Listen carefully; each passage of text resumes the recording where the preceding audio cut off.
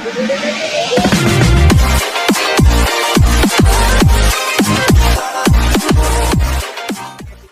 akan menyapa beliau dulu nih. Assalamualaikum Ibu, bagaimana kabarnya hari ini? Baik.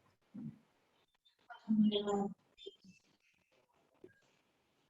Tak perlu berlama-lama, hadirin sekalian, saya persilahkan kepada yang terhormat Ibu Didi Andriani SSI untuk mengambil alih acara webinar nasional. Silakan Ibu. Baik, terima kasih MC. Assalamualaikum warahmatullahi wabarakatuh.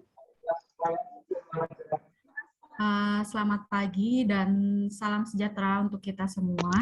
Sebelumnya saya akan menyapa terlebih dahulu yang telah bergabung bersama kita. Di sini sudah ada Bapak Wakil Dekan 3 Fakultas Sains dan Teknologi UIN Alauddin Makassar. Kemudian ada Ketua Jurusan Kimia Fakultas Sains dan Teknologi UIN Alauddin Makassar, Bapak Dr. Asri Saleh, STMSI. Kemudian ada juga bergabung Ibu Sekretaris Jurusan Kimia Fakultas Sains dan Teknologi UIN Alauddin Makassar, Ibu Dr. Rismawati Sikana, SSI, MSI, serta Bapak Ibu dosen, narasumber, panitia, dan seluruh partisipan. Selamat pagi semua. Terima kasih telah meluangkan waktunya untuk mengikuti webinar nasional pada pagi ini. Saya Didi Andriani SSI MSI selaku moderator akan memandu jalannya acara webinar ini. Baik Bapak Ibu, telah hadir di sini di tengah-tengah kita dua narasumber yang sangat luar biasa yang berkenan meluangkan waktunya untuk memberikan materi pada webinar ini. Yang pertama adalah Bapak Ismail Bahtiar, yang merupakan anggota DPRD Sulsel Komisi E dari fraksi PKS. Selamat pagi, Pak. Ada suaranya? Kemudian narasumber kedua adalah Ibu Yunita Triana, SSI MSI, dari Institut Teknologi Kalimantan, yang saat ini sedang berada di Jepang. Selamat pagi, Ibu. Selamat pagi. Bapak Ibu, sebelum kita masuk ke acara inti, terlebih dahulu saya akan menjelaskan sedikit ketentuan dari sesi pemaparan materi di webinar pagi ini. Kami membagi dua sesi pemaparan materi dengan masing-masing pemaparan selama 20 menit. Kemudian nanti dilanjutkan dengan sesi tanya jawab dan diskusi. Kami akan memberikan kesempatan kepada partisipan untuk bertanya secara langsung atau raise hand, dan bisa juga dengan mengetik pertanyaan di kolom chat secara singkat dan jelas, dan pertanyaan tersebut ditujukan kepada siapa. Bapak Ibu, sebagaimana yang telah kita ketahui bahwa webinar nasional ini merupakan serangkaian dari acara Alkali Kontes tahun 2021 yang diselenggarakan oleh Himpunan Jurusan Kimia Fakultas Sains dan Teknologi UIN Alauddin Makassar, yang mengusung tema optimalisasi peran generasi Z dalam mengimplementasikan ilmu sains dan teknologi pada society era 5.0. Nah, untuk itu kita membutuhkan informasi tentang bagaimana mengimplementasikan ilmu sains dan teknologi yang menjadi tantangan para generasi Z di Indonesia saat ini. Tak sekedar mempersiapkan kemampuan di bidang sains, namun juga mental dari generasi Z itu sendiri. Lalu bagaimanakah mempersiapkan generasi Z agar siap dalam mengimplementasikan pada society era 5.0 ini? Berikut bersama-sama kita mendengarkan pemaparan dari kedua narasumber kita yang telah hadir bersama kita, yang cukup pakar dan ahli terutama di bidang pengembangan ilmu sains dan teknologi. Sebelumnya saya akan membacakan terlebih dahulu CV dari narasumber kita. Yang pertama, nama lengkap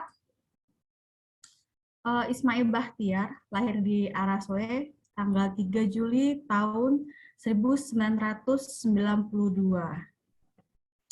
Beliau menempuh pendidikan S1 Kesehatan Masyarakat di Universitas Hasanuddin Makassar, Lalu beliau melanjutkan jenjang Magister Manajemen Pemerintahan dan Keuangan Daerah di School of Management and Business Amcop. Untuk karir, semenjak tahun 2015 hingga sekarang, beliau aktif di Yayasan Beasiswa Bintang Rektor. Kemudian pada tahun 2017 hingga 2019, beliau menjadi Direktur Utama PT Kindex Indonesia. Di tahun 2018 hingga di 2019, beliau juga menjadi Komisaris PT Rea Indonesia. Dan saat ini beliau adalah anggota DPR Sulsel Komisi E dari fraksi PKS. Selain itu, di sela-sela kesibukan, beliau juga aktif di berbagai organisasi di beberapa tahun terakhir, yaitu menjadi CEO Sandi Muda, kemudian menjadi Ketua PKS Muda Sulawesi Selatan, kemudian menjadi Ketua Syarikat Kebangkitan Pemuda Islam, dan menjadi Wakil Ketua KMPI Sulawesi Selatan. Seperti yang kita lihat bersama di CV beliau, di beberapa kesempatan pula, beliau telah banyak memperoleh award baik di nasional maupun internasional. Baiklah, untuk mempersingkat waktu, kita mulai saja sesi ini dengan mendengarkan bersama-sama pemaparan dari narasumber pertama kita. Kepada Bapak Ismail Bakhtiar, kami persilahkan 20 menit ke depan.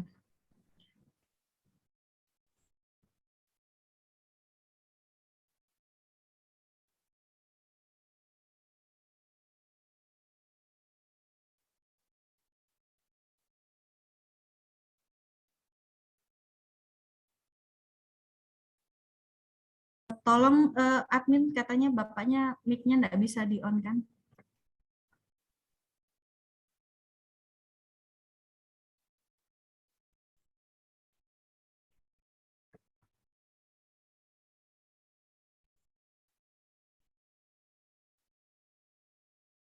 Mic-nya nggak bisa di-unmute sepertinya Bapaknya.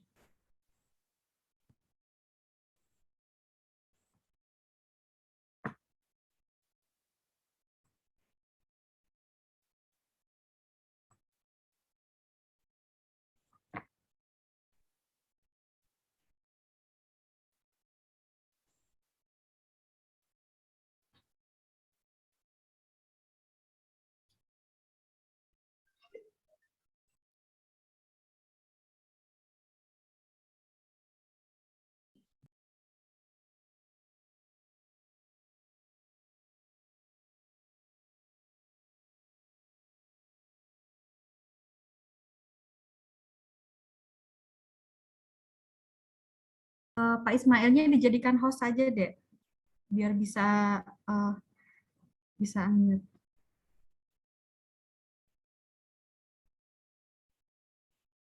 Oke.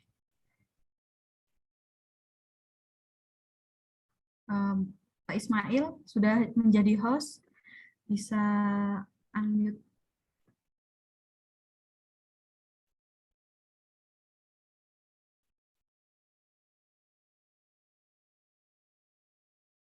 Oh, tetap nggak bisa ya.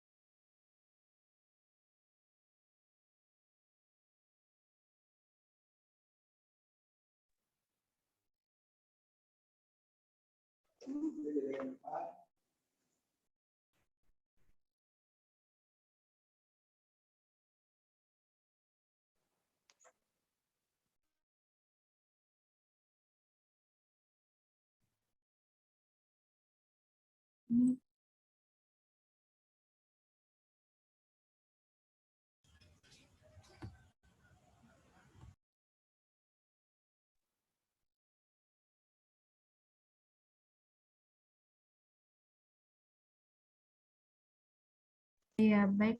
Bapaknya mau live dulu. Nyoba.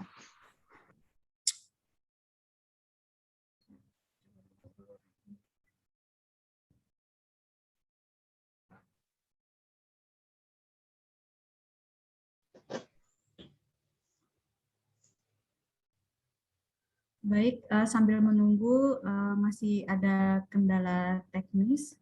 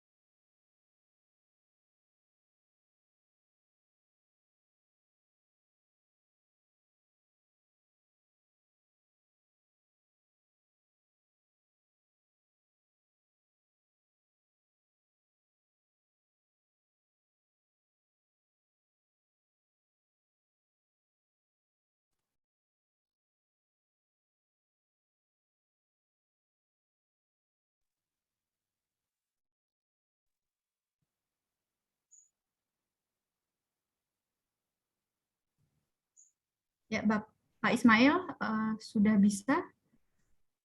Oh, ini termute lagi.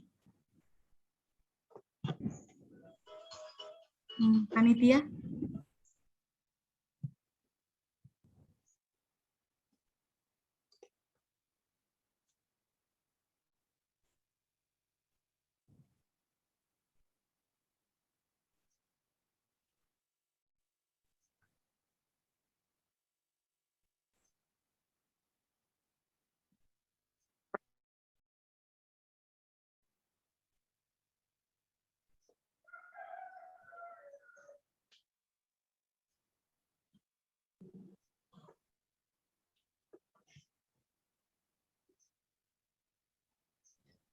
Ibu Titi, itu biasanya di settingan laptop, di minimize dulu Zoom-nya, kemudian nanti ada oke, non oke untuk mute suara. Biasanya seperti itu. Coba dicoba untuk di minimize Zoom-nya oleh Pak Ismail Bahtiar.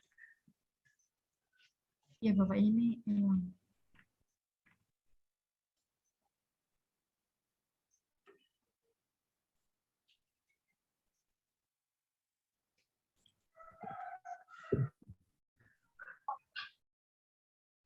Dek, panitia bantu di unmute ya. Di sini. Dek.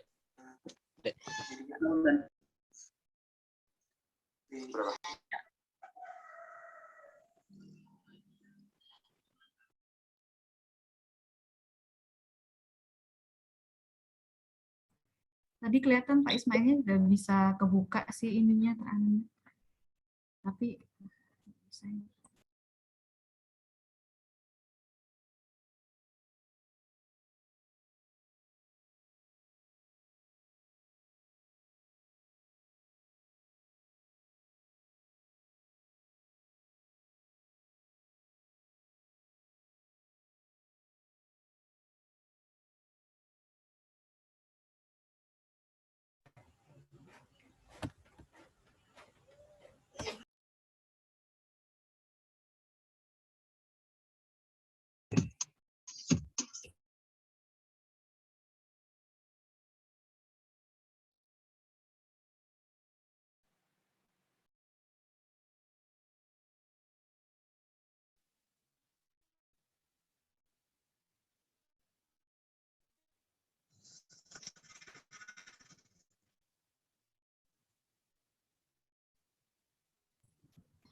Ya baik, Pak Ismail tadi menginfokan beliau akan masuk di pemateri kedua. Jadi saya langsung beralih ke pemateri Ibu Yunita Triana SSI MSI. Namun saya kembali akan membacakan CV-nya terlebih dahulu untuk Ibu Yunita Triana. Nama lengkap Yunita Triana. Beliau menempuh pendidikan S1 Kimia di Universitas Mula Warman Samarinda. Lalu beliau melanjutkan pendidikan S2 Kimia Institut Teknologi 10 November Surabaya. Beliau merupakan dosen teknik material dan metalurgi di Institut Teknologi Kalimantan yang berada di Balikpapan, Kalimantan Timur. Dengan melanjutkan karir sebagai dosen, saat ini beliau juga sedang melanjutkan pendidikan doktoral di Keio University Jepang dari beasiswa LPDP pada tahun 2018. Pada tahun 2015 hingga 2018, beliau menjabat sebagai Kepala Program Studi Teknik Material dan Metalurgi di Institut Teknologi Kalimantan. Lalu dilanjutkan pada tahun 2017 hingga 2018, beliau menjadi PIC Ketua Jurusan Ilmu Kebumian dan Lingkungan di Institut Teknologi Kalimantan. Selain itu, di sela-sela kesibukannya, beliau juga aktif di berbagai organisasi, diantaranya Himpunan Kimia Indonesia, kemudian menjadi anggota organisasi USD, kemudian menjadi anggota Ikatan Ilmuwan Indonesia Internasional, dan beberapa organisasi internasional lainnya. Di tahun 2013 hingga 2020, secara berkelanjutan beliau mendapatkan berbagai grant dan award baik nasional maupun internasional. Pada tahun 2020, beliau juga memperoleh grant riset LPDP program disertasi. Untuk bidang penelitian, beliau fokus pada bidang kimia analitik dan aplikasi elektrokimia seperti korosi, material baterai, serta sensor. Hingga saat ini, beliau juga aktif di beberapa baik nasional maupun internasional. Baik, untuk mempersingkat waktu, kita mulai saja di sesi ini dengan mendengarkan bersama-sama pemaparan dari narasumber kita. Kepada Ibu Yunita Triana, kami persilakan 20 menit ke depan. Baik, terima kasih Ibu Titi. Saya izin kepada panitia untuk share screen dan meng-unmute selain host untuk meredam suara. Apa namanya, komposisinya. Ada juga template. Oke, semua bisa lihat presentasi saya ya? Apakah bisa terlihat? Sudah terlihat, Bu. Oke.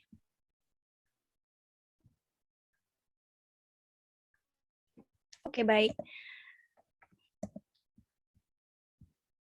Assalamualaikum warahmatullahi wabarakatuh.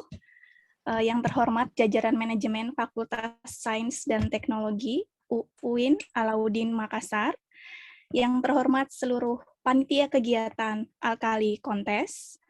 Yang terhormat dosen dan mahasiswa beserta seluruh peserta webinar nasional pada pagi hari ini. Tidak lupa juga saya menyapa serta salam saya kepada dosen dan mahasiswa ITK maupun ITS yang hadir juga pada pagi hari ini untuk mendukung acara webinar nasional. Puji syukur saya panjatkan kehadirat Allah Subhanahu wa taala karena pada pagi hari ini kita bisa berkumpul ya di acara ini dalam situasi yang tidak menentu, pandemi COVID-19, dan juga saat ini saya berada di Jepang. Kondisi Tokyo saat ini sedang tinggi-tingginya angka kasus corona setelah pelaksanaan Tokyo 2020. Baik, saya akan memulai dengan membuka sebuah foto ya. Ini adalah bentar.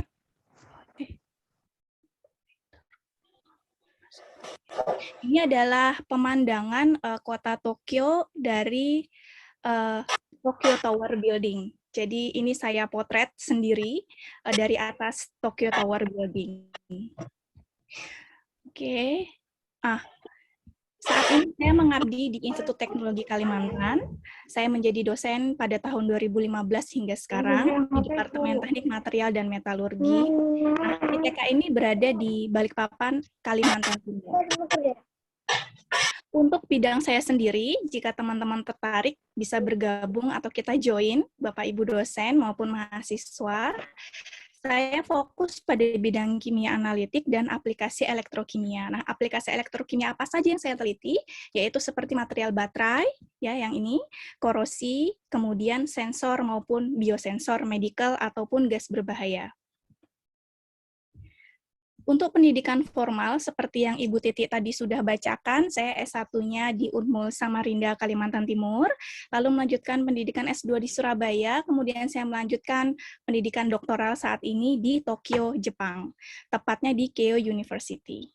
Ini merupakan tim research saya, ya. Kami berasal dari Diamond Group Research, jadi di sini saya meneliti berlian yang didoping oleh boron, untuk digunakan sebagai sensor gas. Saya di sini disupport oleh beasiswa LPDP yang saya dapatkan pada tahun 2018. Baik, langsung saja kita kepada materi. Ketika saya mendapat undangan dari teman-teman dan saya membaca judulnya, yaitu optimalisasi peran Gen Z dalam mengimplementasikan ilmu sains dan teknologi pada society era 5.0, saya sangat tertarik ya, karena pada dasarnya society era 5.0 ini dilahirkan dari ide negara Jepang. Jadi pertama kali yang memunculkan ide society era 5.0 adalah pemerintah Jepang. Baik, latar belakang society era 5.0. Pertama kita kenal ya, teman-teman, di industri 1.0 yang ditandai dengan kemunculan mesin uap, kemudian industri 2.0 yang ditandai dengan munculnya tenaga listrik, kemudian industri 3.0 ditandai dengan komputer dan robot. Pada akhirnya kita dihadapkan pada situasi di mana kita memasuki industri 4.0, di mana pada industri ini teknologi otomatisasi dan cyber berkembang sangat pesat. Lalu belum selesai industri 4.0, kemudian teman-teman harus menerima society era 5.0 yang basicnya yaitu cyber physical cognitive system. Sebenarnya apa sih society era 5.0 ya? Kalau generasi muda mungkin bilangnya aduh bikin pusing aja nih. Setiap tahun kok selalu muncul industri seperti itu ya. Tapi inilah dinamika generasi muda yang harus kalian hadapi gitu ya. Nah, society era 5.0 itu, era 5.0 itu merupakan era revolusi digital, jadi lanjutan dari industri 4.0 ya, di mana ini merupakan sebuah kunci. Kok bisa sebuah kunci gitu. Ini adalah kunci jawaban menghadapi industri 4.0, di mana industri 4.0 merupakan aksi dan kemudian society era 5.0 ini memberikan reaksi. Jadi apa sih sesungguhnya era society era 5.0 ini? Yaitu suatu konsep masyarakat yang berpusat pada manusia, human center, dan berbasis teknologi atau teknologi base yang dikembangkan oleh Jepang. Jadi artificial intelligence, kalau teman-teman pernah dengar ya, artificial intelligence akan mentransformasi big data sesuai kebutuhan untuk meningkatkan taraf hidup kemanusiaan. Ini sulit sekali bahasanya, Bu. Bisa nggak dikasih contoh? Oke, ini contohnya. Jadi seluruh informasi yang ada di dunia ini akan dimasukkan ke dalam big data, kemudian akan diolah oleh artificial intelligence, ya, dan nanti produknya seperti automatic driving car. Jadi teman-teman mungkin ke depannya teman-teman nggak perlu mengendarai mobil secara manual, tapi sudah otomatis bisa sambil baca buku atau bisa sambil belajar seperti itu ya. Kemudian mungkin ke depannya tidak perlu lagi buruh karena seluruh mesin bisa mengerjakan apa yang dikerjakan tenaga di pabrik seperti itu. Atau bisa jadi ketika teman-teman memerlukan sesuatu dari komputer, teman-teman tinggal bilang, seperti Google ya, sudah mulai mengembangkan, "Hai Google, saya membutuhkan kamu bla bla bla." Akhirnya Google akan memberikan alamat, "Oh, ini alamatnya, tinggal kamu download," seperti itu. Nah, untuk di Jepang sendiri, ya, ini yang sering saya gunakan, ya, jadi kami sudah mulai ya, bukan mulai lagi ya, Jepang emang dari dulu ini teknologinya selalu bagus gitu. Ini adalah mesin pencetak administrasi akademik. Apa maksudnya ya? Maksudnya adalah ketika kita gesekkan kartu atau kita tempelkan barcode student card, kartu student di sini, itu nanti kalian tinggal pilih mau sertifikat apa aja, surat aktif kuliah kah, transkrip nilai kah, atau KRS, seperti itu. Jadi kita sudah tidak lagi face to face ya. Semenjak 2018 saya di sini, saya sudah menggunakan mesin ini dan sangat nyaman. Sebelumnya mesin ini sangat besar, tapi minggu lalu diganti dengan mesin yang lebih kecil dan lebih efisien. Ini tepatnya di Keio University Tokyo. Kemudian ini namanya Hena Hotel. Jadi ini ada di Sendai. Saya juga belum pernah berkunjung, tapi saya menerima beritanya bahwa di hotel ini sudah tidak ada resepsionis yang menjaga frontliner. Jadi kita akan secara otomatis check-in. Jadi ketika kita ingin reserve di hotel ini gitu ya, robot-robot inilah yang akan melayani kita. Seperti itu. Jadi sangat nyaman, tapi juga kalau kita gaptek, ini juga akan menyulitkan gitu ya teman-temannya. Oke, ini yang saya luar biasa salut dari pemerintah Jepang. Jadi persiapan untuk Tokyo 2020 yang harusnya 2020 ya, tapi dilaksanakan 2021 bulan Juli atau Agustus kemarin, itu mereka menyiapkan robot polisi. Jadi ada polisi manusia ada ya, tapi mereka menyiapkan robot polisi karena saking banyaknya yang masuk ke Jepang gitu ya, dan ini kan lagi tinggi-tingginya pandemik, sehingga robot polisi ini membantu kinerja keterbatasan polisi yang ada di Jepang. Jadi robot ini tuh bisa ngesensor kalau kita buat pelanggaran, seperti itu. Nama robotnya Perseus Bot. Oke, itu yang ada di Jepang. Kemudian, coba deh kita bahas dulu apa sih populasi Gen Z ya. Kalau kita lihat, di sini itu saya menghadirkan sebuah data population pyramid, jadi piramida populasi. Jadi populasi yang berbentuk piramida tahun 2019.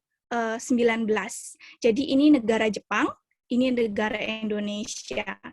Di mana letaknya Gen Z? Ya, di mana letaknya generasi Z? Nah, ini yang saya kotakin merah, itu antara umur 9 tahun hingga umur 25 tahun. Itu berdasarkan definisi dari population pyramid itu, Gen Z itu berada di sini. Nah, coba kalau kita lihat ya, negara Jepang ini tuh kecil sekali populasi Gen Z-nya dibanding dengan Indonesia, di mana old generation atau generasi milenial ya, milenial itu sekitar sini ya, di atasnya Gen Z, itu lebih kecil dibandingkan Gen Z sendiri. Kalau negara Jepang, semakin ke atas dia semakin besar. Jadi umurnya orang-orang Jepang ini panjang-panjang gitu. Nah, Gen Z-nya kecil, Gen Z kita besar, tapi kenapa kok Jepang bisa ya sebagai negara develop ini artinya sudah berkembang maju, developed, tambahan ed di pelajaran bahasa Inggris, teman-teman tahu ya. Jadi ini sudah maju. Kenapa kok Indonesia masih developing? Ya, kita menuju develop. Kita nggak developing paling bawah, tapi kita developing yang menuju develop. Nah, kenapa kok kita masih sih? Nah, setelah saya amati, populasi generasi Z di Indonesia lebih besar dibandingkan Jepang. Mengapa Jepang lebih maju? Jadi ini yang saya amati dari orang-orang Jepang di sini, di kehidupan sehari-hari saya, bahwa pertama mereka rajin membaca buku. Jadi kalau lagi ada antrian, atau mereka lagi di train, lagi di bis, mereka selalu membaca buku. Nah, buku di sini bukan buku konvensional aja ya, mereka membaca tab, tapi ketika saya lihat tabnya, atau saya lihat handphonenya, itu merupakan sebuah narasi buku, seperti itu. Kemudian tepat waktu, di sini selalu on time apapun. Jadi kalau misalnya kereta harusnya datang jam 9, tapi dia terlambat, misalkan 9:02, jadi keterlambatan 2 menit, kereta akan membayarkan kepada penumpang gitu. Juga gitu sebaliknya, kalau penumpang menyebabkan keterlambatan, penumpang harus membayar ganti rugi kepada perusahaan kereta. Seperti itu.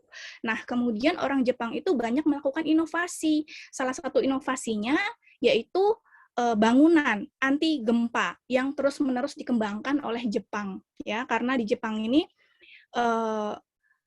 gempa, taifun, tsunami, itu ancamannya besar sekali.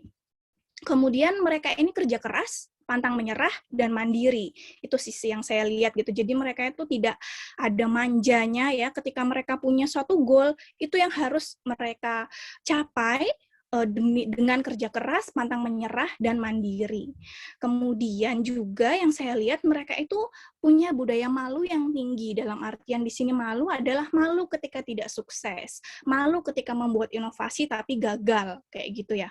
Kemudian ini sopan santun yang sangat tinggi. Jadi ketika awal saya di Keio University, seluruh international student dikumpulkan, kemudian diajarkan bagaimana cara menyapa ketika bertemu dengan rekan di universitas. Jadi kita harus selalu menyapa seperti selamat pagi, ohayo gozaimasu, selamat siang, konnichiwa.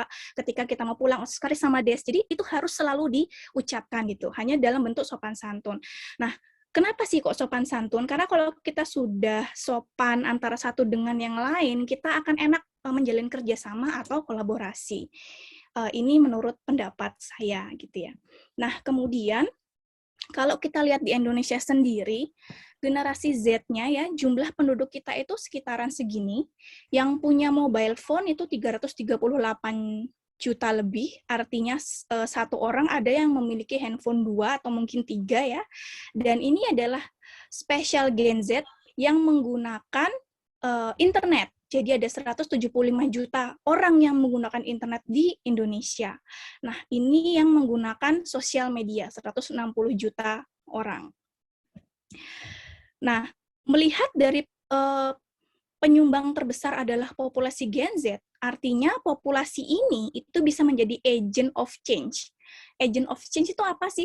Agent yang bisa merubah gitu, merubah kondisi dalam keadaan apa? Keadaan Indonesia lebih baik. Nah, melalui apa? Melalui sosial media, melalui internet, melalui cyber seperti itu.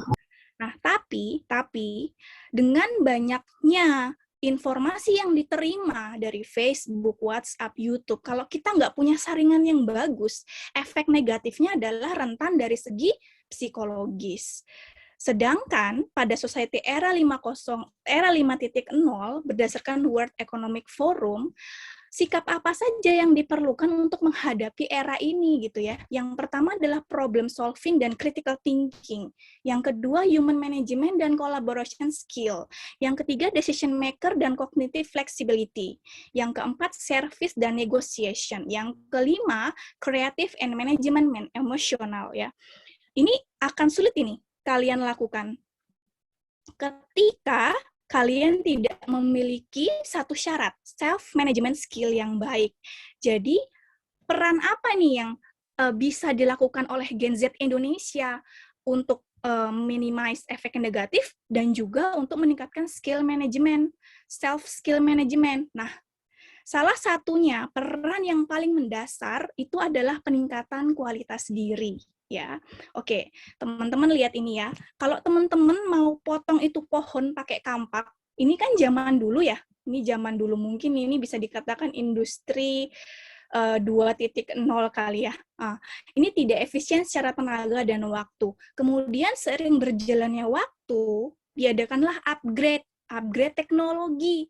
Jadi semakin banyak pohon yang bisa ditebang dan juga efisien tenaga dan waktu. Begitu juga dengan teman-teman ya. Ketika teman-teman mau meningkatkan kualitas diri, mau menang terhadap diri sendiri dulu ya, apa sih yang bisa kalian bentuk? Apa sih kalau mesin kan kita upgrade. Kalau diri ini apa? Nah, ini menurut saya peningkatan kualitas diri dengan cara membentuk kebiasaan. Jadi kebiasaan itu akan membentuk kalian lebih malas atau lebih disiplin, seperti itu. Oke, bagaimana cara membentuk kebiasaan? Mari kita bahas di dalam sesi ini. Saya punya sebuah buku, judulnya bestseller, di buku bestseller judulnya 7 Habits of Highly Effective Teens. Jadi ini memang judulnya teens. Jadi penerbitnya adalah Sinkafi. Jadi Sinkafi ini menerbitkan beberapa buku, ada untuk teens, ada untuk people, ada untuk anak-anak, jadi untuk orang dewasa, untuk anak-anak juga ada. Cara pendekatannya saja yang berbeda. Nah, teens di sini dimasukkan adalah remaja dan dewasa muda. Nah, remaja dan dewasa muda ini adalah Gen Z. Nah, apa saja sih yang ada di dalam buku ini? Karena kalau kita membaca kan lama. Oke, sekarang saya bahas di dalam sesi ini, yaitu pertama, kita akan memperbaiki hubungan dengan diri sendiri, seperti menjadi proaktif, menentukan goals, dan juga bisa menentukan prioritas dalam kegiatan kita. Kemudian ada hubungan dengan orang lain. Jadi hubungan dengan orang lain ini kita belajar berkolaborasi di sini ya untuk menghadapi society era 5.0. Karena tanpa kolaborasi kalian akan lemah sebagai Gen Z. Jadi di sini ada win-win solution, ada memahami dulu baru dipahami, kemudian kita bisa membangun sinergi. Kemudian tahap akhirnya yaitu mengasah gergaji. Apa sih artinya mengasah gergaji? Yaitu melatih semua kebiasaan ini. Jadi kalau suatu kebiasaan itu nggak kita latih lagi, suatu saat kita akan lupa. Oke, yang pertama kita akan membahas kebiasaan 1, hubungan dengan diri sendiri, yaitu menjadi proaktif. Ya, nah di sini tuh maksudnya apa menjadi proaktif? Jadi mengambil inisiatif untuk merespons secara positif dan memperbaiki situasi. Oke, contohnya apa sih? Contohnya seperti ini. Bagaimana sih cara bertahan di tengah pembelajaran online pada saat ini ya? Jadi kalau teman-teman reaktif, ya, ini bedakan antara proaktif dengan reaktif. Kalau teman-teman reaktif, teman-teman pasti menggunakan aplikasi teaching online terbatas. Contohnya ketika Bu Titi sudah mulai kuliah, ya udah kalian juga ngeklik itu Zoom. Sudah sebatas itu aja, dengarkan sampai Bu Titi selesai kuliah, habis itu ya udah lanjut lagi di kegiatan lain. Kalau orang yang proaktif, beliau akan berinisiatif tuh mempelajari aplikasi teaching online. Contohnya bagaimana sih virtual background? Oh, ternyata di virtual background itu ada filter juga, macam-macam. Di Zoom itu kita bisa memainkan berbagai aplikasi di situ ya. Kalau kalian reaktif, contohnya lagi kurang aktif dalam mempelajari pendukung perkuliahan. Jadi ini kan tugas-tugas juga online ya, baik menggunakan Microsoft Word atau presentasi. Jadi mungkin kalau teman-teman proaktif, mungkin teman-teman ya bisa meningkatkan kemampuan menggunakan fitur presentasi. Jadi dari fitur PowerPoint itu bisa digunakan untuk apa aja sih, seperti itu. Nah, ini bedanya antara proaktif dan reaktif. Jadi merespons secara positif dan memperbaiki situasi untuk menjadi lebih baik. Ini yang pertama untuk diri kalian. Yang kedua, yaitu merujuk pada tujuan akhir. Jadi di sini apa tujuan akhirmu? Tetapkan dulu tujuan. Tujuan yang jelas menjadi kiblat dalam menentukan langkah, ya. Ada sebuah hadis ya, sebaik-baiknya manusia adalah yang paling bermanfaat bagi manusia lain. Jadi teman-teman mau diingat sebagai orang yang seperti apa sih? Yang rajin ibadah, ya, yang memiliki hati yang baik, ya, baik terhadap orang lain, humble, atau teman-teman mau diingat sebagai orang yang berjasa untuk Indonesia dari segi sains, meneliti sesuatu dan menemukan sesuatu. Oke, tetapkan tujuan kamu, ya. Nah, perjalanan itu nggak mulus, teman-teman. Pasti ada belok kanan, belok kirinya. Tapi kalau teman-teman sudah jelas goalnya apa, ya, ini akan menjadi kiblat. Ketika teman-teman mau belok kiri atau mau belok kanan, teman-teman terus akan mengikuti goal ini. Ya, diperbaiki lagi dengan goal ini. Oh iya, tujuan saya ini, saya nggak boleh belok kiri, misalnya seperti itu. Oke, itu yang kedua, menetapkan tujuan. Yang ketiga adalah dahulukan yang utama. Jadi teman-teman harus bisa membuat prioritas, terutama kegiatan mahasiswa. Mahasiswa tuh manusia yang paling sibuk ya, terutama mahasiswa S1. Nah, ini teman-teman bisa membedakan antara mendesak, tidak mendesak, dan tidak penting atau penting. Nah, teman-teman bisa buat tabel ini ya. Jadi di sini ada kuadran 4. Teman-teman harus menghapus kegiatan itu ketika kegiatan itu tidak mendesak dan tidak penting. Ini ada kuadran 3, jadi dilimpahkan itu artinya nanti aja dulu dikerjakan, karena ini mendesak tetapi tidak penting. Terus ada kuadran 2, di sini direncanakan, oke, kapan waktu tepatnya. Kalau dilimpahkan ini limpahkan ini tidak jelas waktunya kapan. Kalau direncanakan ini jelas waktunya, harinya, jamnya. Ini untuk kegiatan yang tidak mendesak tetapi penting. Oke. Yang terakhir yaitu kuadran 1, di mana teman-teman wajib lakukan ini. Karena apa? Karena mendesak dan penting. Jadi teman-teman harus tahu kegiatan teman-teman mana yang mendesak dan penting ya. Biasanya godaan-godaan seperti nongkrong, godaan-godaan seperti ngegosip di mall bareng teman-teman itu lebih menarik daripada sekedar mengerjakan tugasnya Bu Titi. Contohnya seperti itu. Jadi teman-teman coba deh mulai hari ini memikirkan apa saja ya kegiatan yang harus saya limpahkan, saya hapus atau saya rencanakan untuk menghemat waktu, tenaga ya, sehingga teman-teman bisa lebih produktif seperti itu. Ini kebiasaan 3 stop, ini adalah hubungan untuk diri teman-teman sendiri. Kemudian ini kebiasaan 4, kita masuk kepada hubungan dengan orang lain. Berpikir menang-menang. Apa maksudnya berpikir menang-menang? Jadi menghormati dan menghargai orang lain menjadi dasar interaksi yang bertahan lama. Jadi berpikir win-win menjadi modal dasar kolaborasi. Teman-teman masih ingat di slide selanjutnya ya, modal untuk menghadapi society era itu collaboration. Jadi teman-teman harus bisa berkolaborasi. Dengan apa? Langkah awalnya teman-teman harus berpikir win-win ya, jangan mau menang sendiri. Ini kalau contohnya aja ketika kita mengerjakan tugas kelompok, ini akan banyak nih pendapat-pendapat yang muncul ya. Nah, ada perbedaan pendapat, di latar belakangnya karakter, kepentingan golongan, sudut pandang yang berbeda. Bagaimana caranya kita bisa berpikir keputusan akhir yang menguntungkan kedua belah pihak atau semua pihak. Bukan kita aja yang menang atau dia aja yang menang terus kita ngalah. Bukan seperti itu ya. Jadi kebiasaan 4 ini berpikir menang-menang, ini dasar untuk kolaborasi. Terus ada kebiasaan 5. Berusaha untuk memahami terlebih dahulu, baru dipahami. Jadi menciptakan rasa kepedulian dan menghasilkan penyelesaian masalah yang terbaik.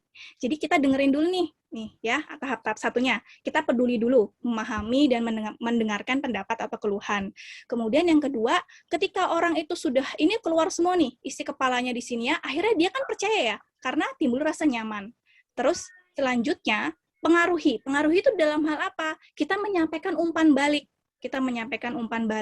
Kalau perasaannya dia udah percaya, karena dia udah nyaman, insya Allah pasti enak nih kita komunikasinya. Jadi ini juga sebagai modal untuk kolaborasi. Oke. Yang terakhir yaitu wujudkan sinergi. Jadi setelah kita udah bisa win-win solution, ya, kita udah bisa untuk memahami dulu, baru kita mengeluarkan pendapat kita ujungnya kita bisa bersinergi, menyatukan kekuatan melalui kerjasama tim yang berdampak positif untuk mencapai tujuan bersama. Ya, jadi rumus sinergi ini kalau bisa saya buat win-win solution plus trust. Trust ini rasa percaya tadi ya, karena kita sudah mendengarkan dia nyaman, dia percaya, akhirnya tumbuhlah sinergi. Nah, akhirnya dengan kerjasama ini, kita bisa mencapai tujuan yang baik ya untuk diri kita sendiri, lingkungan, maupun bangsa dan negara. Seperti itu. Nah, kebiasaan 7 tadi yang saya bilang, setelah kita bahas hubungan dengan diri sendiri, kita bahas hubungan kita dengan orang lain, yuk kita asah gergaji kita gitu ya. Dengan apa? Dengan habit maintenance, dengan memelihara kebiasaan. Dengan cara apa? Kita bisa memantau setiap bulan. Teman-teman bisa buat ini ya, tabelnya. Jadi, habit yang pertama tadi bersikap proaktif misalnya, atau habit yang kedua tadi apa ya, saya kok lupa ya. Habit yang pertama misalnya proaktif. Nah, ini udah centang hijau nih, tapi nilainya masih good. Kok masih good?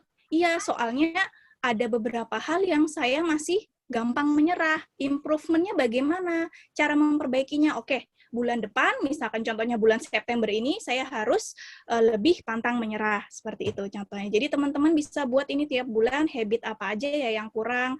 Misalnya ini di habit 3 ini kurang. Kenapa? Karena kebanyakan nge-mall sama teman-teman yang melakukan hal yang kurang mendesak. Nah, improvement-nya apa? Lebih selektif memilih kegiatan, gitu. Oke, ini habit maintenance atau mengasah gergaji. Jadi teman-teman dengan ini ada monitor, ya, monitor habit-habit mana aja yang saya harus improvement. Oke, kesimpulannya ya. Jadi saya tidak panjang lebar di sini. Ini ninja ya, ninja Jepang. Jadi peningkatan kualitas diri melalui penerapan 7 kebiasaan yang efektif merupakan peran mendasar Gen Z dalam menyongsong society era 5.0, sekaligus bertahan terhadap dampak negatif revolusi digitalisasi. Jadi kebiasaan 1 dan 3 ini Kak, teman-teman udah bisa mengontrol self-management skill sendiri. Terus teman-teman punya pedang di sini ya. Pedangnya apa sih? Kebiasaan 4 dan 6. Teman-teman bisa bersinergi dengan baik. Teman-teman memiliki tim yang baik. Yang tim yang bisa menjadi ahli IT, tim yang ahli membaca misalnya. Macam-macam. Jadi di sini teman-teman sudah punya tim yang oke dengan kualitas diri yang baik. Wah, teman-teman bersiap untuk menghadapi era society 5.0. Contohnya aja tadi ya di hotel Hena tadi. Kalau teman-teman masuk, loh kok nggak ada orang ya? Terus gimana ya caranya mengoperasikan ini? Sementara di Jepang ini cuma ada 2 bahasa Jepang dan kadang ada bahasa Inggris. Nah, bahasa Inggris ini apa teman-teman bisa belajar sendiri, les rumah kan tidak ya. Kalau teman-teman punya satu klub bahasa Inggris, teman-teman bisa meningkatkan komunikasi bahasa Inggris teman-teman. Contohnya seperti itu ya, contoh kecilnya. Jadi mungkin ini dari saya nggak tahu nih, kurang atau lebih dari 20 menit ya. Kurang lebihnya saya mohon maaf. Kita mari berdiskusi ya, kita tanya jawab. Kalau saya nggak bisa, saya jawab sekarang. Kalau saya bisa, saya jawab sekarang. Karena pengalaman saya di Jepang juga baru sekitar 3 tahunan ya. Ini saya pasang foto ini merupakan bunga sakura, teman-teman. Jadi saya ambil foto ini di Kastil Odawara, Jepang, di Kanagawa. Bunga sakura luar biasa, bisa saya pegang, yang akhirnya dulu cuman cita-cita atau angan, nonton Doraemon, nonton Chibi Maruko-chan ya, akhirnya bisa saya pegang di sini ya. Merupakan satu anugerah lah buat saya sendiri. Semoga teman-teman suatu saat bisa datang ke Jepang juga. Oke, gitu ya Ibu Titi. Makasih teman-teman. Assalamualaikum warahmatullahi wabarakatuh. Waalaikumsalam warahmatullahi wabarakatuh. Nah, ya, jadi itu penyampaian yang sangat luar biasa dari Ibu Yunia Triana. Banyak pengalaman beliau yang diimplementasikan di Jepang. Baik, Bapak Ibu, saya ingatkan kembali, jika nanti ada yang akan bertanya secara langsung bisa menunggu selesai pemaparan pemateri untuk yang kedua. Selain itu, Bapak Ibu juga bisa menuliskan pertanyaan di kolom chat dengan pertanyaan singkat dan jelas. Baik, langsung saja kita masuk ke narasumber kedua kita, Bapak Ismail Bahtiar. Kebetulan beliau juga sudah kembali di room Zoom ini. Baik, Bapak Ismail Bahtiar, apakah sudah bisa audionya? Bisa, sepertinya sudah. Tadi habis ganti device. Ya, alhamdulillah. Baik, silakan Pak Ismail, 20 menit ke depan. Baik, bismillahirrahmanirrahim. Rabbi syrah li sadri wa yassir li amri wahlul 'uqdatam min lisani yafqahul qawli. Assalamualaikum warahmatullahi taala wabarakatuh. Hamdan wa syukran lillah, amma ba'd. Senang sekali rasanya saya di pagi hari ini bisa bersilaturahim, bisa bertemu dengan adik-adikku seluruh peserta webinar nasional yang merupakan rangkaian dari Alkali Kontes 2021 oleh teman-teman atau adik-adik dari Himpunan Mahasiswa Jurusan Kimia. Nah, overall sebenarnya tadi sudah tersampaikan message oleh Bu Titi ya terkait dengan materi sebelumnya. Saya coba mau membuka experience yang kemudian saya lewati dan barangkali ini bisa menjadi fondasinya adik-adikku khususnya yang hari ini berada pada kategori usia di kalau dalam istilahnya yang beredar adalah generasi Z gitu. Nah, pergeseran ini adalah pergeseran yang begitu cepat kalau menurut saya. Kenapa saya bilang demikian? Rasanya saya baru 2 tahun, 3 tahun, atau paling lama mungkin 4 tahun yang kemarin, 4 tahun yang lalu, kita mengenal istilah milenial gitu. Kita mengenal istilah generasi yang kemudian lahir di tahun 80-an sampai tahun 90-an. Sekarang bergeser, teman-teman yang lahir di generasi tahun 2000-an ternyata punya tantangan zaman tersendiri dan tapi saya ingin sampaikan bahwa tantangan zaman itu masih terus berkelanjutan gitu. Tantangan zaman itu masih terus berkaitan. Tantangan zaman itu masih terus satu sistem terpadu. Artinya apa? Bahwa tidak kemudian bermaksud memisahkan antara komponen yang teman-teman lahir di generasi milenial teman-teman yang kemudian hari ini masuk dalam kategori generasi Z, tapi itulah data, itulah fakta yang kalau saya coba baca beberapa waktu yang lalu saat dirilis oleh BPS, ternyata presentasinya teman-teman generasi Z ini fantastis gitu. Angka ini jauh di atas presentasi daripada generasi milenial yang tempo hari kita gaung-gaungkan. Kalau kita menggabungkan ternyata mereka 30% kita gabungkan, populasi mereka saat itu masih belum begitu besar ketimbang kita yang milenial. Hari ini populasi milenial dan generasi Z ini sudah ada di atas angka 40%, dan ternyata secara akumulasi jumlah generasi Z ini justru di atas daripada generasi milenial. Artinya apa? Ada banyak sekali tantangan, ada banyak sekali kemudian tugas, ada banyak sekali kemudian PR yang sangat amat disayangkan ketika generasi Z melepas diri daripada peluang-peluang itu. Nah, saya ingin sampaikan bahwa peranan-peranan itu sebenarnya tidak bergeser begitu signifikan gitu. Sebagai bagian daripada anak muda, sebagai daripada generasi pelanjut, maka saya ingin sampaikan bahwa partisipasi kita dalam kemudian pertumbuhan, partisipasi kita dalam kemudian kemajuan bangsa, terlebih ketika itu dikaitkan pada bidang sains dan teknologi, maka tetap pada prinsip, kalau saya selalu memegang prinsip ini waktu masih berstatus mahasiswa 2010, kita selalu dicekokkan dengan bisikan dengan kita menjadi bagian daripada agen perubahan gitu, agen of change gitu. Nah, sama seperti adik-adik yang hari ini, tantangan menjadi generasi sebagai generasi Z wajib mengambil peran sebagai agen of change. Kenapa? Karena hanya dengan kemudian Anda berpikir tentang perubahan, hanya kemudian adik-adik berpikir tentang bagaimana melakukan pembaharuan, bagaimana menerapkan sains dan teknologi pada praktek kehidupan seharian, tentu akan menghasilkan suatu karya, akan menghasilkan suatu produk. Bentuk produk-produk itu ya boleh saja mungkin dalam bentuk karya sains, boleh saja mungkin dalam bentuk karya digital, boleh saja mungkin dalam karya wirausaha. Ada banyak hal lah. Prinsip yang pertama dan prinsip yang paling mendasar bahwa sebagai bagian daripada generasi Z, maka pastikan Anda menjadi bagian daripada agent of change. Maksudnya apa? Jangan sampai kemudian kita hanya menjadi penonton. Tadi pemateri sebelumnya sudah memberikan gambaran bahwa bagaimana Jepang dengan akselerasinya melakukan percepatan, bagaimana Jepang dengan kemajuan teknologinya kemudian bisa menguasai beberapa sektor dan subsektor kehidupan manusia. Nah, saya juga membayangkan bahwa ketika fondasi dasarnya kita sebagai generasi Z ini kemudian berpikir bahwa kita bagian daripada agen-agen perubahan ini, maka tentu akan mudah kemudian kita memegang tonggak estafet keberlanjutan kehidupan bermasyarakat kita.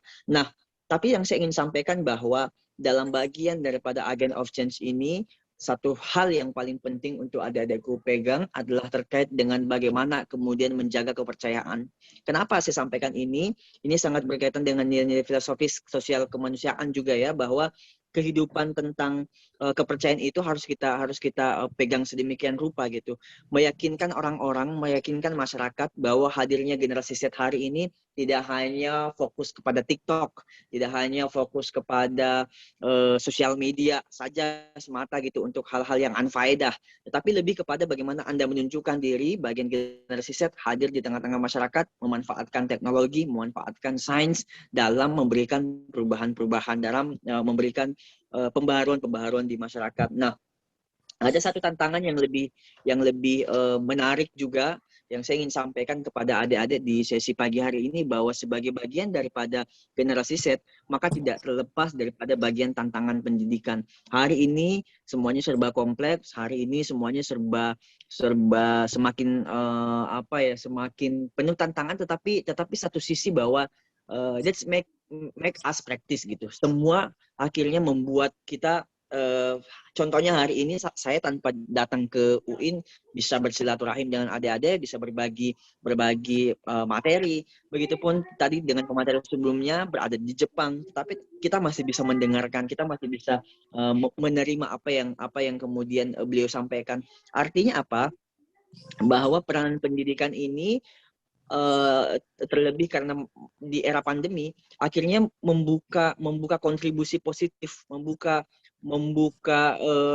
tantangan kualitas yang lebih baik gitu, supaya semua orang kemudian mau dan ingin masuk dalam bahagian proses pembelajaran itu. Dan yang berikutnya saya ingin sampaikan bahwa tantangan-tantangan ini tentu tidak terlepas daripada bagaimana kemudian kita menguasai teknologi. Tadi disebutkan Jepang begitu maju, Amerika bisa menjadi negara adidaya, dan beberapa negara-negara yang lainnya karena mereka menguasai teknologi, mereka memanfaatkan teknologi. Kita nggak usah terlalu jauh juga, saya ingin sampaikan bahwa kita nggak usah terlalu jauh berpikir tentang komparasi antara kehidupan di luar negeri dengan kehidupan kita di Indonesia gitu. Hal yang paling sederhana saja, misalnya kita di Sulawesi Selatan, antara satu kabupaten dengan kabupaten yang lainnya, antara satu kota dengan kota yang lainnya, biasanya ada perbedaan-perbedaan, dan itu ternyata sangat ditopang oleh kemajuan teknologi gitu. Dan ini terbukti bahwa apa yang ada di Jakarta, apa yang ada di Timur Indonesia, Sulawesi, Maluku, dan Papua, terjadi perbedaan yang signifikan. Biasanya perbedaan-perbedaan itu hanya kepada satu hal yang mendasar terkait dengan pemanfaatan dan penguasaan satu teknologi. Jakarta bisa megah menjadi kota metropolis, Surabaya pun demikian, Makassar pun demikian, tetapi ada daerah-daerah yang mungkin masih tertinggal, biasanya karena pengaruh teknologi. Saya ingin bercerita kepada adik-adikku semua bahwa ada satu desa ke Kabupaten Luwu, saya lupa persis nama desanya, tapi dengan pemanfaatan teknologi ternyata desa itu bisa berkembang, desa itu bisa menjadi desa maju, sampai akhirnya desa itu kemudian memberikan internet gratis kepada masyarakatnya. Dan itu juga pernah saya saksikan di Gorontalo. Di Gorontalo juga pernah ada desa seperti itu. Hanya dengan penguasaan teknologi ternyata mereka bisa memberikan impactful positif terhadap masyarakat yang ada di sana. Sehingga memang saya ingin sampaikan kepada adik-adikku, generasi milenial, generasi Z, terlebih ya karena Anda menjadi bagian daripada diskursus kita pada pagi hari ini, maka pastikan teman-teman, adik-adikku semua paham dan memahami tentang bagaimana penguasaan teknologi di era disrupsi ini. Kita kemarin masih sibuk membahas tentang milenial dan era disrupsi atau era digital 4.0. Sekarang kita berubah lagi di generasi Z ini, tantangannya menjadi 5.0 with society gitu. Nah, maksud saya adalah perubahan-perubahan itu akan sangat kita rasakan di masa-masa mendatang. Boleh jadi 3 tahun ke depan, 4 tahun ke depan, 5 tahun ke depan, ini juga akan menjadi hal yang perlu menjadi perhatian khusus kita. Nah, berikutnya terkait dengan penguasaan teknologi ini, saya juga ingin sampaikan bahwa salah satu hari ini, tadi diulas oleh pemateri sebelumnya, sebenarnya saya hanya coba melengkapi bahwa ternyata dalam satu sistem, dalam satu manajerial, tidak terlepas juga bagaimana kemudian kita memiliki sebuah kompetensi. Kompetensi ini yang kemudian saya anggap bahwa wajib kita miliki, skill yang kita punya wajib kita asah, bakat yang kita punya kemudian harus kita maksimalkan. Sejatinya bahwa semua kompetensi yang kemudian menjadi umum kita miliki harus mau nggak mau harus ada hari ini. Baik itu mungkin skill berbahasa. Saya bahkan mendorong untuk beberapa pelajar-pelajar di Sulawesi Selatan gimana bisa menguasai bahasa Jepang, bahasa Mandarin, bahasa Arab. Karena ke depan penguasaan negara itu akan semakin terbuka lebar, dan tidak boleh jadi tidak akan ada lagi batas-batas negara di masa mendatang gitu. Semua orang free access to create something gitu. Jadi mau nggak mau memang skill-skill ini harus Anda miliki gitu. Termasuk mungkin optimalisasi bakat yang teman-teman punya. Dan terpenting bahwa dari setiap kemudian apa yang adik-adikku lakukan, ada satu kata yang kemudian bisa menjadikan itu tumbuh menjadi satu karya yang besar. Saya belajar banyak tentang bagaimana pertumbuhan Jakarta dengan pemanfaatan sains menjadi kota yang begitu berkembang hari ini, tidak terlepas karena ada kata kolaborasi. Bahkan mereka menggunakan tagline provinsi mereka adalah Jakarta Kota Kolaborasi. Nah, maksud saya menyampaikan ini bahwa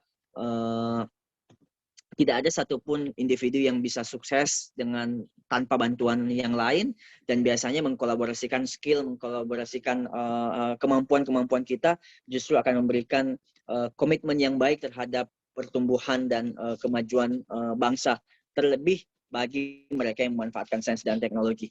Nah, ada hal lain yang juga saya ingin sampaikan ke adik-adik terkait kemudian tantangan sama. Kan sekarang banyak juga yang bilang katanya ijazah tidak lagi berpengaruh. Nah, saya mau bilang bahwa tadi kan saya sempat bahas tentang dunia pendidikan, dan itu menjadi salah satu komponen penting, itu menjadi salah satu bagian yang kemudian ntar di pagi hari ini nanti lebih boleh di chat atau boleh di live question di sesi pertanyaan. Saya kembalikan ke moderator. Terima kasih.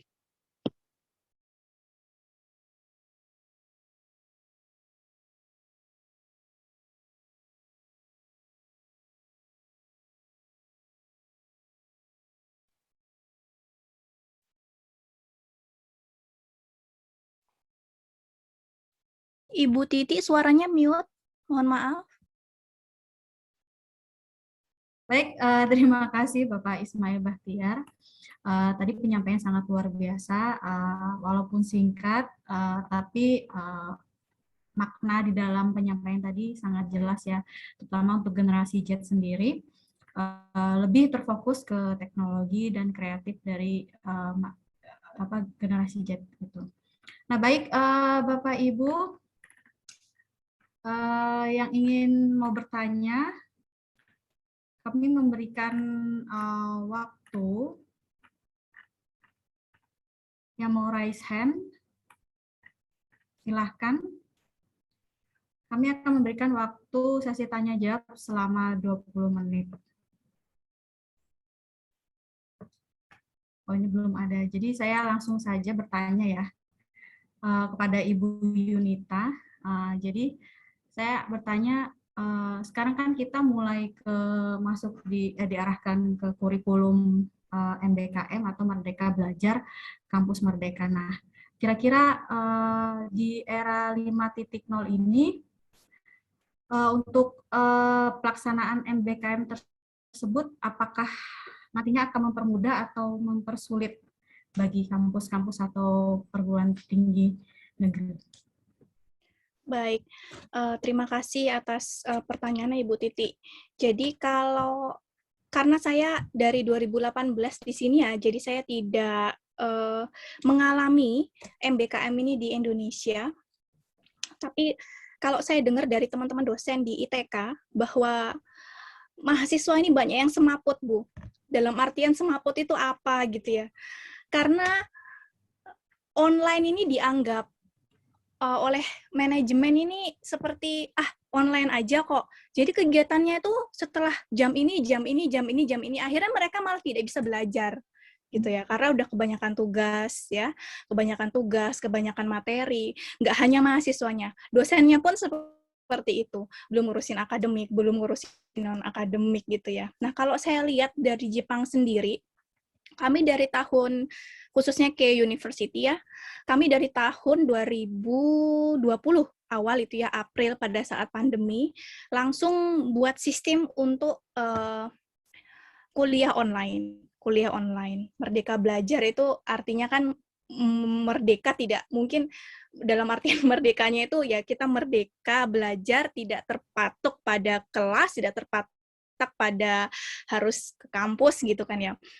Nah, tapi yang saya lihat di sini adalah tugas-tugas mereka itu seperti sebuah proyek gitu. Dan tidak semua mata kuliah memberikan tugas, jadi tidak barengan gitu ya. Jadi walaupun walaupun COVID pandemi ini tinggi, mereka bisa berdiskusi dengan nyaman gitu. Jadi mereka tetap bertemu di kampus, ada satu ruangan belajar ya, satu ruangan itu besar sekali, tempat diskusi mahasiswa dan banyak sekali peraturannya, contohnya kita harus pakai masker, kita harus pakai hand sanitizer dan lain-lain gitu. Jadi yang saya lihat sebenarnya MBKM ini dalam satu waktu kita bisa melakukan banyak kegiatan. Tapi itu tadi, kita kembalikan lagi kepada prioritas. Sebenarnya tujuan MBKM ini apa gitu kan ya? Untuk membuat si mahasiswa ini banyak menerima materi, banyak menyerap ilmu. Tapi kita juga harus lihat kapasitas dari mahasiswanya ini bisa nerima tidak, seperti itu ya. Jadi kalau saya bisa bilang sih teman-teman di Society Era 5.0 ini, teman-teman benar-benar harus membuat prioritas kegiatan. Kalau teman-teman menganggap remeh atau menganggap enteng, itu semua akan berantakan jadwal kegiatan kalian. Karena sebagai mahasiswa banyak ya, kita sebagai muslim kita harus ibadah ya, kita punya keluarga, kita punya teman, kita harus kuliah dan lain-lain, kita punya lingkungan sosial. Jadi jangan sampai semua ini berantakan ya, jangan sampai semua ini berantakan karena proses perkuliahan online. Jadi teman-teman harus bisa buat prioritas apa aja sih kegiatan-kegiatan yang harus saya hapuskan. Oh oke, misalkan nih di kuliah program MBKM hari ini kuliah online-nya ini tugasnya ini gitu. Jadi kalau teman-teman bisa menerapkan habit yang baik, insya Allah sih Bu Titi, saya yakin mahasiswa di Indonesia juga tidak kalah bersaing dengan yang ada di Jepang, seperti itu. Seperti itu sih. Kalau untuk penelitian, sistem penelitian di era 5.0 ini bagaimana Ibu Yunita? Oke, ini ya yang dari dulu tuh saya pengen sharing sama teman-teman terkait penelitian. Saya juga belum sempat sharing di program studi teknik material dan metalurgi karena waktu saya juga di sini lumayan padat. Jadi kalau di sini yang saya lihat karena base kita kan kimia ya, saya ada di laboratorium material berlian, material diamond. Jadi kami itu tetap penelitian tapi menggunakan shift. Jadi seperti orang kerja. Contohnya nih, saya mendapatkan seminggu itu sekitar 28 jam untuk berada di lab. Nah, 28 jam berada di lab itu diatur sama manajemen, dalam satu hari, satu lab itu hanya boleh ada 4 anak. Contohnya dalam satu ruangan kotak, anak yang satu di ujung kiri atas, anak yang satu di ujung kanan atas, yang satunya kanan bawah, kiri bawah. Jadi kami tidak boleh saling berinteraksi.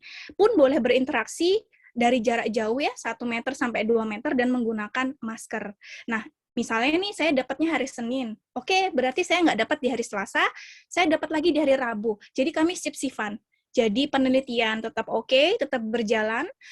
Pada saat hari kosong saya gunakan untuk publikasi dan diskusi dengan teman-teman gitu. Dan juga diskusi grup research itu juga memang seminggu sekali kami lakukan, tapi di luar jam penelitian, di luar jam untuk diskusi paper. Jadi di sini itu kayak mahasiswanya udah diatur oleh manajemen sedemikian rupa ya. Bagaimana caranya agar kimia ini, prodi kimia ini bisa penelitian, tetap bisa publikasi, tetapi juga hubungan kita satu dengan yang lain, berdiskusi itu tetap jalan. Seperti itu sih, kalau di sini. Mungkin ini bisa diterapkan di Indonesia, jadi pakai sistem shift-shiftan, dan grup research-nya juga tetap berjalan seminggu sekali, bisa dijalankan by online. Seperti itu. Jadi pakai sistem shift-shiftan, jadi tidak menumpuk di lab gitu ya? Betul, betul sekali Bu. Di sini ada yang raise hand, silahkan tim SMA 6. Tim SMA 6. Baik. Bismillahirrahmanirrahim. Terima kasih atas kesempatan yang telah diberikan kepada saya. Nah, pertama perkenalkan, nama saya Rizwandi. Saya dari SMA Negeri 6 Bulukumba. Nah, di sini saya akan bertanya kepada pemateri pertama, yaitu Ibu Yunita Triana. Nah, baik. Pertanyaannya itu, sebagaimana yang Ibu katakan bahwa generasi era 4.0 adalah aksi yang menciptakan generasi 5.0 yang menjadi reaksi. Nah, seperti mungkin kurang lebih yang Ibu katakan seperti itu. Nah, otomatis dengan adanya kata reaksi berarti kita ada dampak positif dan negatifnya.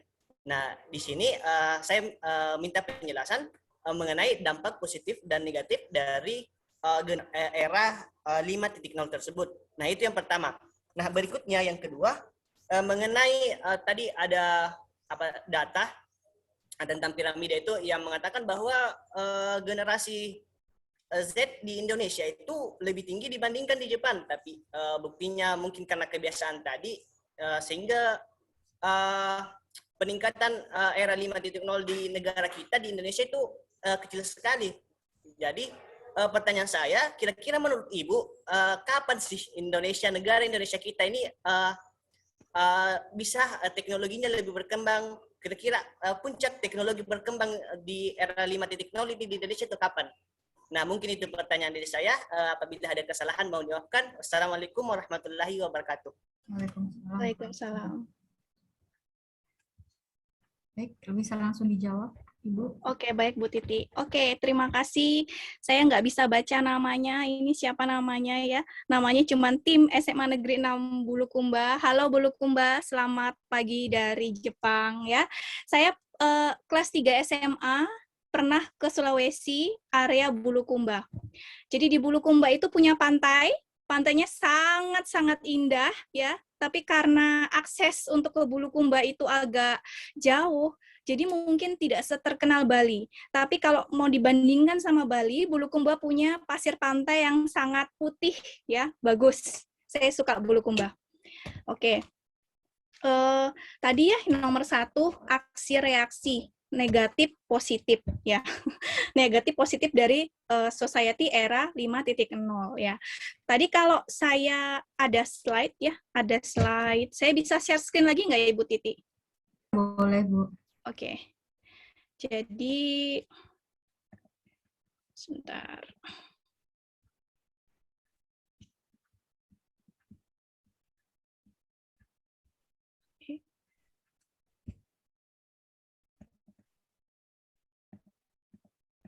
Nah, ini dia. Nah, teman-teman, saya cerita dampak negatifnya dulu ya. Jadi, dampak negatifnya itu dari berbagai informasi. Siapa ini namanya tadi ya, Dik? Jadi, dari berbagai informasi ya, Dik ya. Jadi, informasi di Facebook ditelan mentah-mentah, informasi dari WhatsApp ditelan mentah-mentah, YouTube tanpa ada saringan semua ditonton, ya nggak? Di Instagram juga gitu. Banyak sekali informasi-informasi. Di Twitter pun seperti itu. Sekarang kita mainnya Snapchat ya. Jadi minggu lalu saya penasaran, ini apa sih Snapchat? Gara-gara itu ada filter yang bisa membuat muka kita seperti kartun ya.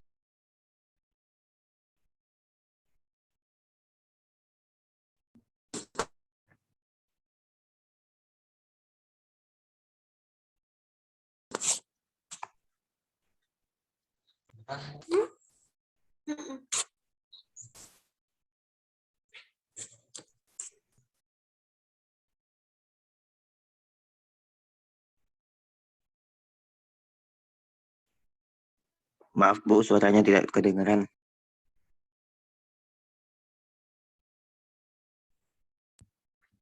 Sudah kedengeran? Sudah ya? Iya, sudah ya. Oke. Ini dari seluruh informasi ini, kalau kamu nggak punya kualitas diri yang bisa membentengi untuk filter, oh ini yang bisa saya terima, oh ini yang nggak bisa saya terima, oh ini bukan ranah umur saya, contohnya seperti itu, efek negatifnya apa sih? Rentan dari segi psikologis. Nah, rentan dari segi psikologis itu bisa apa? Contohnya, kamu bisa cepat stres, ya, terus kamu bisa cepat emosional. Dan kalau sudah emosional itu bukan berarti marah-marah atau langsung ngancurin barang gitu nggak ya, tapi emosional itu bisa jadi kamu nggak bisa memilih mana yang baik, mana yang benar. Itu juga kamu ada gangguan emosional di situ artinya gitu kan ya. Nah, ini efek negatifnya. Tapi di satu sisi, efek positifnya apa? Nah, efek positifnya itu ini loh. Kalau kita bisa menggunakan society era ini dengan baik, ya kita bisa berkolaborasi dengan baik. Indonesia contohnya bisa menciptakan kalau di ITS itu sudah banyak ya. Di ITK juga kita udah buat drone ya. Jadi fokus kita adalah pesawat tanpa awak. Ya, kita udah mulai itu di tahun 2015. Kita menjadi lebih mudah gitu ya. Kehidupan kita menjadi lebih mudah. Maksudnya lebih mudah gimana, Bu? Contohnya ini tadi. Sorry.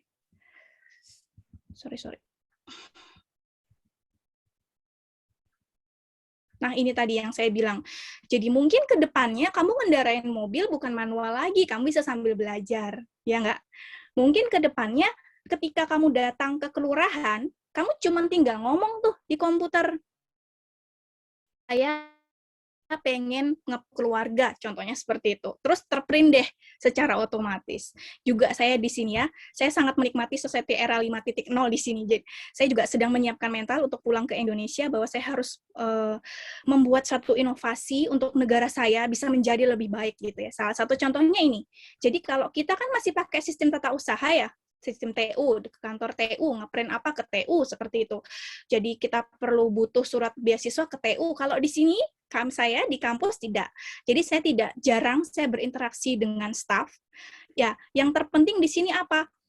Saya bisa menggunakan mesin ini. Nah, bagaimana menggunakan mesin ini? Jelasannya di sini, tapi menggunakan bahasa Jepang. Akhirnya apa? Saya belajar bahasa Jepang. Seperti itu. Jadi, memang di society era ini kita dimanjakan oleh mesin-mesin, tapi kita harus belajar banyak ya. Saya sendiri tahun 2019 begitu 18 begitu landing di sini, saya bingung pakai toilet Jepang.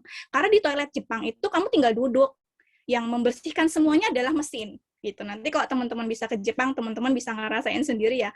Oh, benar katanya Bu Nita gitu ya. Ternyata toiletnya semua mesin yang membersihkan gitu, tidak secara manual kayak gitu.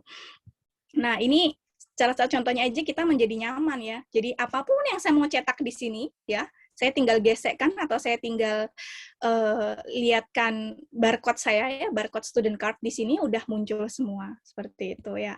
Dan juga ini ya, ini waktu Tokyo 2020 ini saya coba, saya langgarlah garis kuning ini dan itu si robot mendekat ke saya. Itu langsung. Jadi robotnya mendekat, sensornya main, polisinya datang. Gitu. Jadi benar-benar wow, quickly ya gitu. Karena untuk mengontrol semua pendatang, apalagi kebanyakan pendatang dari luar itu dia tuh susah ngomong bahasa Jepang ya, dan orang Jepang tidak menyukai bahasa Inggris gitu. Jadi kita harus bisa bahasa Jepang. Nah, untuk meredam komunikasi antara polisi dengan si victim ini agar komunikasi berjalan lancar, robot ini tuh benar-benar sangat membantu gitu. Kamu melakukan pelanggaran gitu. Dibanding polisinya datang terus ngomong bahasa Jepang, artinya apa kita nggak ngerti gitu kan.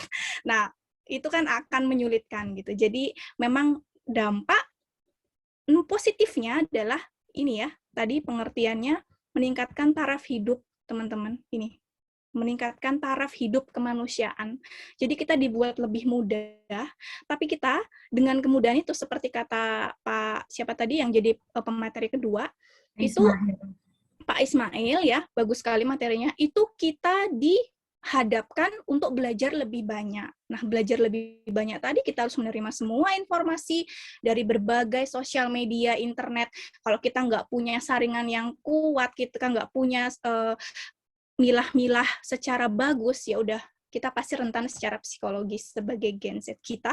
Anda maksudnya, saya generasi milenial dengan Bu Titi ya. Oke, mungkin itu ya. Namanya Riswandi. Mungkin itu ya Riswandi, tim SMA Negeri 6 Bulukumba. Semoga sukses untuk acara Alkali kontesnya. Gimana jawaban saya? Apa ada tanggapan atau bagaimana? Baik, Riswandi. Saya rasa tidak ada tanggapan. Oke. Iya. Oke, lanjut. Ini ada raise hand lagi dari Sekretaris Jurusan Kimia Fakultas Sains dan Teknologi, Ibu Rismawati Sikana. Baik, Ibu, silakan bertanya. Baik, terima kasih Dek Titi. Kesempatannya mohon maaf saya tidak mengaktifkan kamera karena sambil di dapur soalnya si anak saya lagi sakit jadi hasilnya cepat sembuh Ibu anaknya. Iya. Baik, siapa Dek Titi pemateri yang dari Jepang, siapa namanya Dek? Ibu Yunita Triana. Ibu Yunita, maaf Ibu Yunita, saya dari tadi menyimak cuman tidak perhatikan nama karena matanya tidak ke HP ini pakai HP. Baik, terima kasih Ibu Yunita sudah membagi pengalaman untuk khususnya untuk anak-anak kami ya. Semoga ini bisa menjadi penyemangat bagi mereka untuk bisa mengatur atau menghadapi era 5.0. Nah, kalau mengikuti perkembangan sekarang ini, kalau melihat era industri 5.0 ini, tentu saja tenaga manusia itu akan tersingkirkan.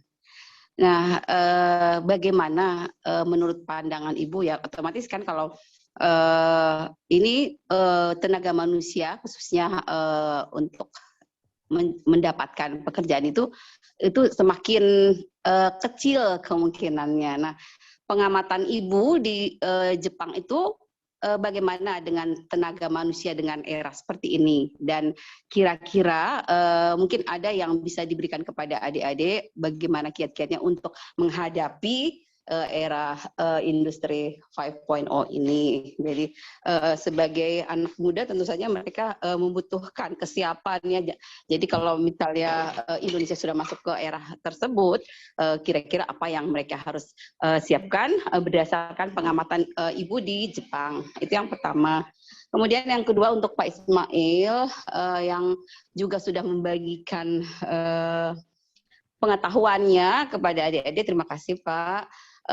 Saya hanya ingin juga meminta ya mungkin bisa dibagikan pengalaman sehingga Bapak menjadi posisi seperti sekarang ini. Tentu saja anak-anak juga ingin mengetahui bagaimana sepak terjang atau bagaimana suka duka Bapak mulai selepas sekolah atau studi S1 hingga mendapatkan posisi seperti sekarang ini. Makasih. Assalamualaikum warahmatullahi wabarakatuh. Waalaikumsalam warahmatullahi wabarakatuh. Dan itu pertanyaan yang kedua dari Bu Risma, sama dengan Ibu Zahra juga. Itu untuk pertanyaan yang sama juga untuk Ibu Yunita. Jadi bagaimana sih capaian sekarang menjadi cita-cita melalui perencanaan semenjak siswa atau bagaimana ini? Oh, pertanyaan sama untuk Pak Ismail dan Ibu Yunita juga. Baik, silakan Ibu Yunita. Oke. Ini pertanyaan dari Ibu Risma ya, yang saya jawab ya Ibu Titi ya.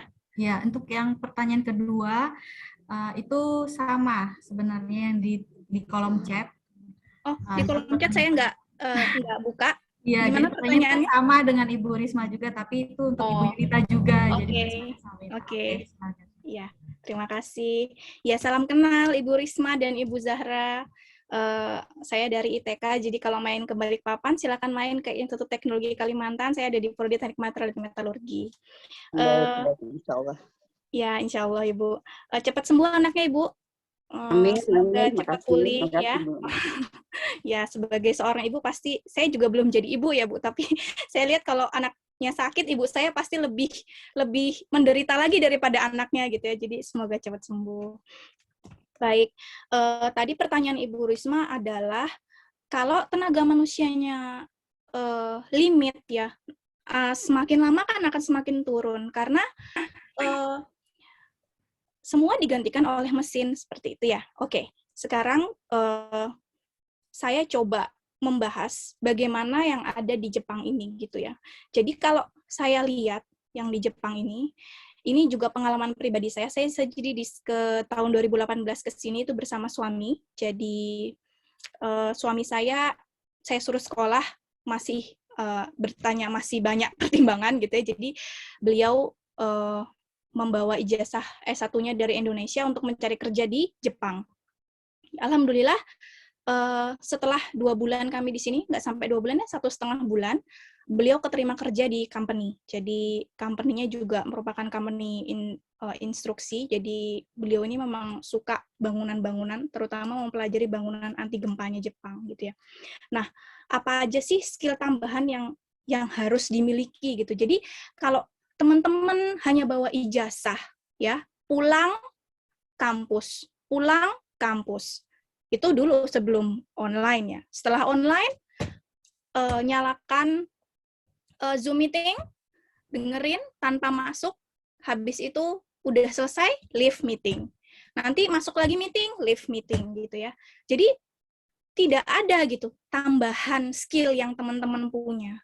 Sementara kalau teman-teman itu udah pegang ijazah S1 ya, oke, ini jurusan kimia.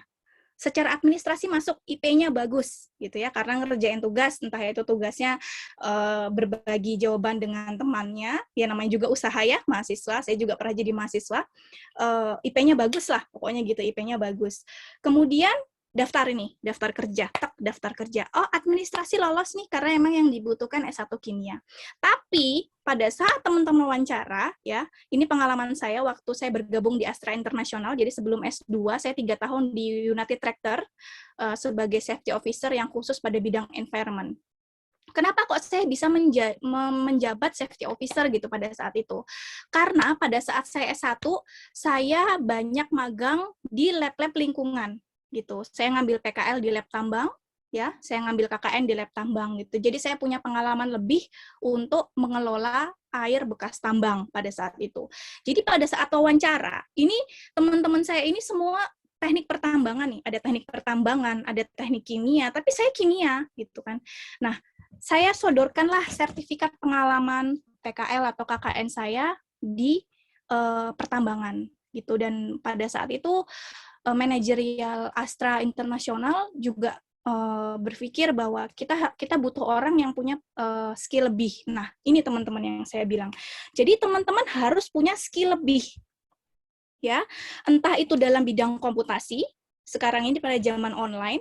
Terus yang kedua, bahasa Inggris. Dah paling dekat aja deh, bahasa Inggris. Karena begitu nanti mesin-mesin itu semua masuk dari luar negeri, itu nggak ada yang manualnya bahasa Bugis. Ya, nggak ada yang bahasa Banjar, Kalimantan, nggak ada adik-adik. Jadi semua berbahasa Inggris. Jadi paling deket aja, coba teman-teman sekarang mulai berpikir bagaimana cara ikut tes TOEIC, bagaimana cara ikut tes TOEFL. TOEFL itu Test of English of Foreign Language. Jadi ada rank-ranknya di situ ya. Rank sekian, misalnya dapatnya 530, itu average atau tingkat advance. Nah, teman-teman coba berpikir, memiliki ijazah-ijazah pendukung selain ijazah pokok, ijazah kimia gitu, SSI. Jadi teman-teman mungkin bisa belajar lebih lanjut lagi, apa sih itu CHEM Office ya? CHEM Office itu cara menggambar struktur kimia menggunakan aplikasi. Dan di sini tuh saya banyak menerima aplikasi-aplikasi baru untuk mengelola data kimia. Contohnya Igor Origin, ya mungkin Igor ini nggak seberapa terkenal di Indonesia, tapi kalau teman-teman bisa buka jurnal, terutama Bapak Ibu dosen, buka jurnal Science Direct ya, untuk jurusan-jurusan kimia tuh datanya itu cantik-cantik semua di situ ya Bapak Ibu. Nature, di mana lagi ya, jurnal-jurnal terkenal itu ACS, American Chemistry Society, itu bagus-bagus semua data-datanya. Itu rata-rata mereka buatnya di Igor atau di MATLAB. MATLAB itu juga bagus. Jadi mulai sekarang mahasiswa kita itu coba yuk didorong untuk memiliki skill lebih, karena begitu mereka lulus, kehidupan ini bahkan lebih kejam daripada kehidupan kampus gitu ya. Setuju nggak ya Bu Titi ya? Kehidupan ini lebih kejam gitu ya. Jadi harus memiliki skill yang lebih. Itu sih Bu Risma yang saya dan Bu Zahra yang menurut pendapat saya. Karena teman-teman di sini itu ya, karena teman-teman yang di sini itu, yang di Keio terutama, karena Keio itu private university, jadi dia bukan public university, tapi 3 terbaik ada di Tokyo, jadi yang satu University of Tokyo, yang kedua Waseda University, yang ketiga Keio University. Jadi inside, jadi di dalam itu mahasiswanya semua bisa ngomong bahasa Inggris. Saya tidak pernah mengalami kesulitan untuk berkomunikasi. Teman-teman mungkin yang ada di daerah lain, ada yang mengeluh gitu, orang Jepang maunya ngomongnya bahasa Jepang, tuh bahasa Inggrisnya nggak lancar. Tapi saya sendiri di kampus ini tidak pernah merasakan hal itu, jadi mereka bahasa Inggrisnya lancar. Nah, lulus kemana? Rata-rata mereka melamarnya ke luar negeri ya, ke USA paling banyak ya, karena Jepang kerjasamanya dengan USA bagus. Jadi ke USA, ada juga yang di pabrik Indonesia, mereka menjadi kepala manajer bagian bla bla bla gitu. Salah satunya ini bahasa Inggris ya, bahasa Inggris, terus komputasi. Jadi jangan sampai gaptek hanya dengan operasi Excel aja nggak tahu bagaimana mengoperasikan Excel, bagaimana mengolah data secara Excel. Itu menurut saya rugi banget sih. Jadi teman-teman, ya itu tadi, tolong kalau bisa dilakukan itu habit yang ketiga kalau nggak salah ya, yang ketiga, buat prioritas. Apa-apa aja sih kegiatan-kegiatan yang harus saya lakukan. Oh, saya harus menambah skill. Ini, les, hari Senin les ini, hari Rabu les ini. Kan sekarang lesnya juga di rumah aja kan ya. Jadi bisa online. Jadi ya itu sih yang menurut saya. Itu sih Bu Risma. Apa ada tanggapan atau bagaimana Ibu? Balik ngedapur nih Ibu. Oke. Baik, terima kasih Bu Yunita. Sama-sama Ibu. Untuk Bapak Ismailnya, kebetulan saya mendapatkan info setelah pemaparan tadi beliau ada acara lain, jadi sudah keluar dari room ini. Baik,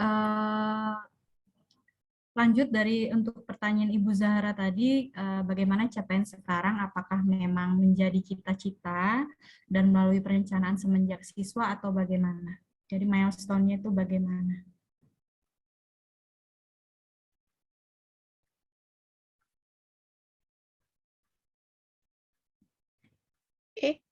Ini Ya, ke saya ya, Ibu Titi? Ya, Oh, Ibu sorry. Niti. Saya membaca pertanyaan Ibu siapa ini ya yang ada di chat panjang sekali? Ibu Khadijah, ini dari Ibu Zahra dulu belum. Oh, iya, Bu Zara dulu. Aduh. Capaian banyak sekali. sekarang, jadi yang untuk capaiannya sekarang itu sudah direncanakan apakah dari dulu atau baru-baru saja atau gimana? Untuk menghadapi Society Era 5.0. Cita-citanya Ibu Yunita ini loh. Oh, untuk Indonesia. Oke. Jadi, teman-teman, kalau saya bisa bilang ya, karena populasi piramid kita kan seperti ini ya. Jadi, mohon maaf nih, yang old generation kan akan sedikit banyak akan pensiun ya. Dan yang akan membawa ini yang di bawah ini loh, yang gede tadi kan, populasi yang gede tadi kan akan ke atas gitu kan ya. Ke atas. Nah, kalau yang gede ini gaptek, kalau yang gede ini tidak diimbangi dengan berbagai ilmu yang bisa mendukung ya untuk menggunakan mesin-mesin tersebut ya, itu bakalan susah tuh Indonesia akan maju. Tapi di sini yang saya lihat bahwa saya bangga menjadi orang Indonesia dan beberapa kali ada tawaran untuk suami full time company di sini. Full time itu artinya kerja full time gitu ya, menetap di sini. Tetap saya dan suami berkata tidak, kita akan balik ke Indonesia gitu. Kita akan membuat sesuatu yang bermanfaat di Indonesia. Nah, menurut saya Indonesia ini udah benar memberikan banyak beasiswa kepada mahasiswa kita. Salah satu contohnya saya berada di sini ya dengan menggunakan beasiswa LPDP. Kalau dari tahun ke tahun bantuan pendidikan nih, karena salah satunya kita untuk merubah nasib itu di pendidikan ya, dan beasiswa tuh jor-joran sebenarnya dari pemerintah Indonesia. Tapi kan Bu, dapat beasiswa susah, level bahasa Inggrisnya harus gini. Betul, memang susah. Tapi itu memang sudah supaya kita tuh tidak susah hidup di luar negeri gitu. Atau kalaupun kita ambil doktoral di dalam negeri atau master dalam negeri, supaya kita tidak susah publikasinya. Karena ujungnya ini kita harus publikasi jurnal dan itu kita harus bisa bahasa Inggris seperti itu. Jadi syarat-syarat yang menyulitkan itu sebenarnya untuk membuat kita bisa bertahan hidup loh setelah sekolah gitu. Jadi menurut saya kalau ini terus berkelanjutan 10-15 tahun lagi di mana pemerintah jor-joran memberikan beasiswa, ayo dong kita berpendidikan tinggi, S2, S3 diberikan, dan teman-teman Gen Z ini bisa berbahasa Inggris dengan baik, bisa berkomunikasi dengan lancar, bisa menggunakan at least laptop aja, bisa mengolah proses data-data semua dengan baik, menampilkan ide dan gagasan melalui PPT dengan cantik, yang informatif, itu aja deh dulu. 10-15 tahun, begitu teman-teman yang dari luar negeri balik, yang dari dalam negeri lulus sekolah, kita bisa kok bersaing dengan Jepang, dengan populasi kita yang banyak. Itu sih menurut saya ya. Atau mungkin bisa jadi Mas Menteri kita yang sekarang, Menteri Pendidikan, itu punya terobosan-terobosan yang mungkin lebih cepat dari 10-15 tahun gitu. Ya, itu sih Bu Titi. Gitu Ibu Zahra ya. Baik, pertanyaan terakhir dari Ibu Siti Khadijah, merupakan dosen di kimia UIN Alauddin Makassar juga. Saya bacakan ya. Saya udah baca Bu di chat kan ya, yang panjang itu ya, sampai saya bengong jadi tadi ya. Jadi Ibu Khadijah, salam kenal ya. Jadi Ibu Khadijah ini sedikit mengeluh Ibu, karena enggak mengeluh sih, saya juga mengeluh dalam hal ini. Karena bonding antar kita itu lemah. Karena kita kan online gitu ya. Online. Juga baru bulan lalu saya saat meeting dengan Sensei, saya bilang, Sensei saya merasa bonding antar grup research kita kurang gitu. Ketika saya membutuhkan sesuatu karena kami jarang berinteraksi, saya malu untuk meminta tolong sesuatu gitu kepada teman. Pun ketika kita ngobrol, kita harus berjarak 1-2 meter. Dan sekarang kita itu pakai masker. Ketika kita ketemu, kita senyum, belum tentu orang itu tahu kita senyum gitu kan ya. Jadi ini yang memang itulah Bu, ada dampak positif, ada dampak negatif selain tadi yang menerima informasi, akhirnya mentalnya anak-anak yang dikenakan, juga bonding antar kita juga berkurang.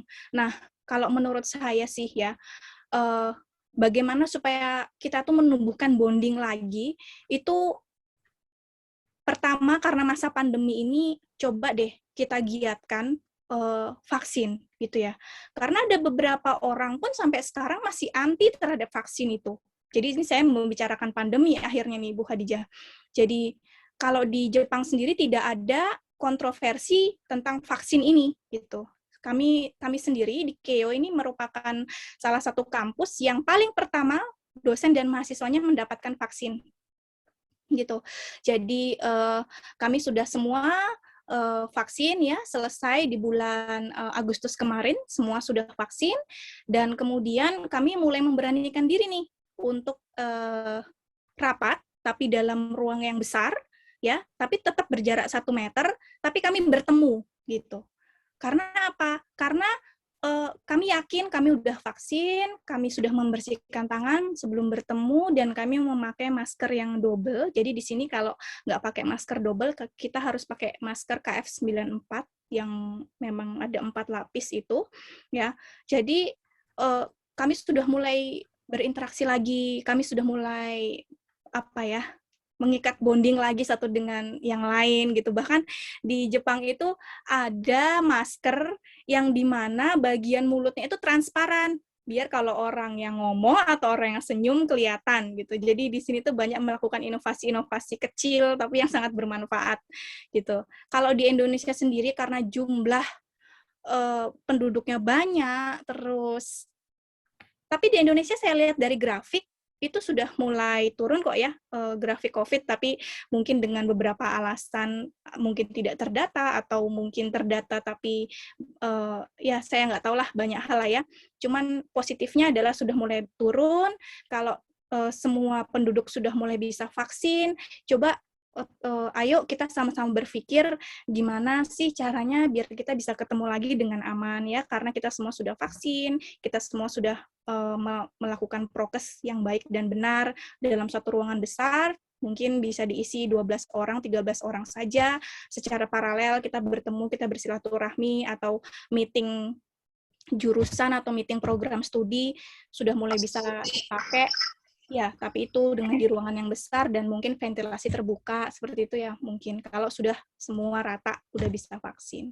Itu sih Bu Khadijah, sama ya Bu, semua keluhan dosen-dosen itu, aduh mahasiswa ini susah nih diajarin online, nggak ngerti-ngerti, terus ilmunya nggak seberapa nyerap, itu semua keluhan dosen di ITK ketika saya berkomunikasi. Ya, itu juga keluhan saya sebagai mahasiswa di sini. Kalau saya kuliah secara online itu rasanya kurang greget gitu, kurang dapat, karena biasanya kita itu mengerti dosen itu kan dari ekspresi, ya kan, dari cara penyampaian, mana yang lebih ditekankan, mana yang lebih soft, kayak gitu. Jadi apa yang harus, titik-titik ini yang harus kita terima. Tapi kalau dari presentasi kan biasanya kurang jos gitu ya. Itu sih menurut saya, Ibu Titi.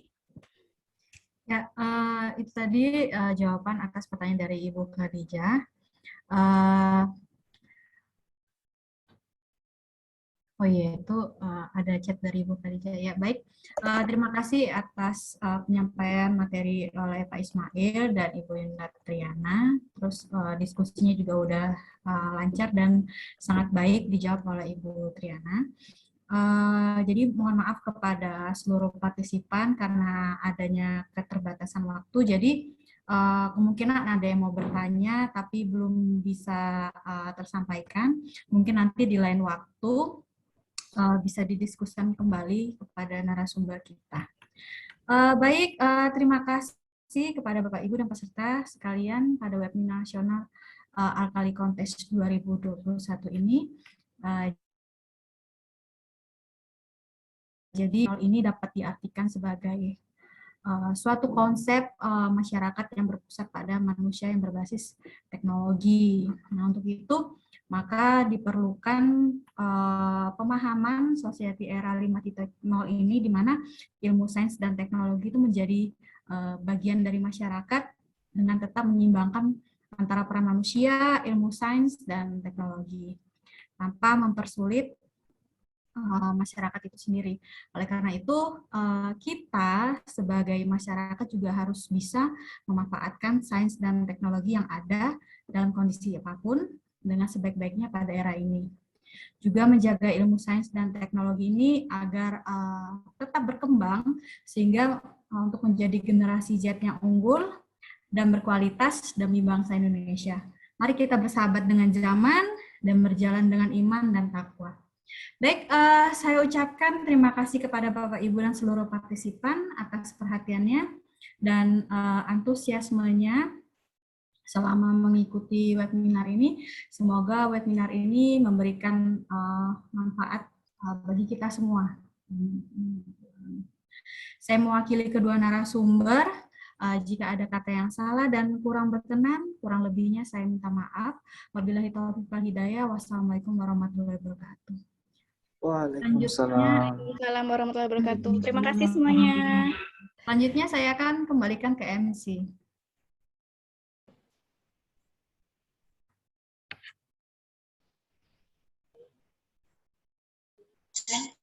Ibu moderator.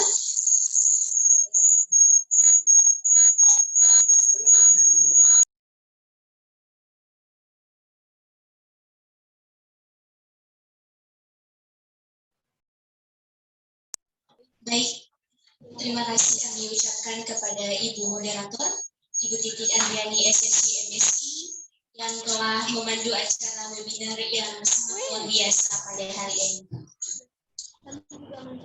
Kami juga mengucapkan terima kasih kepada pemateri.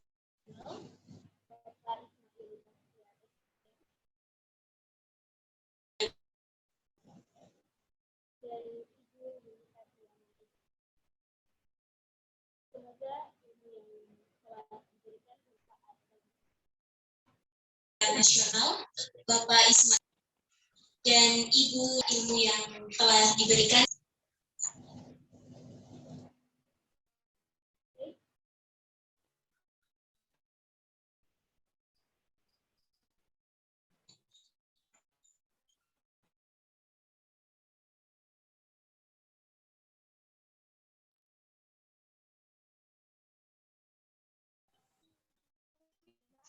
Ada baru.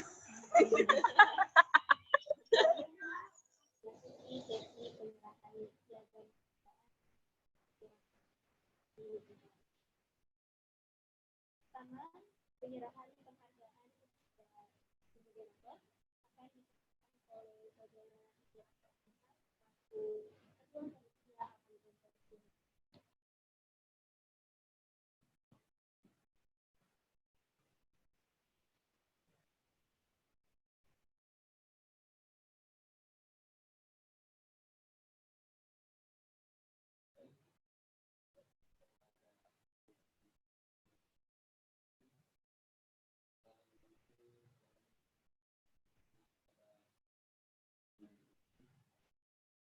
Ya, terima kasih.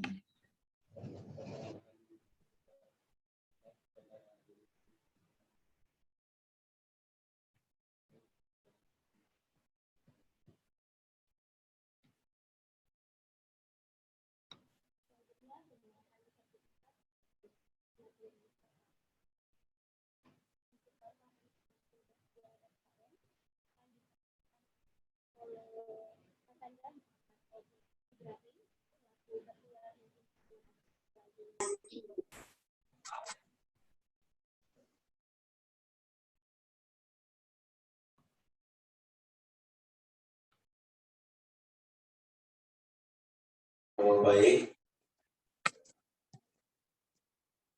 Terima kasih. kasih kepada Bapak Ismail Baktiar SKM selaku pemateri pertama. Saya mewakili teman-teman dari pengurus himpunan dan panitia pelaksana mengucapkan banyak-banyak terima kasih atas waktunya untuk membawakan materi pada webinar Nasional Alkali Kontes 2021. Jadi saya serahkan sertifikat sebagai pemateri kepada Bapak Ismail Baktiar. Terima kasih. Assalamualaikum warahmatullahi wabarakatuh.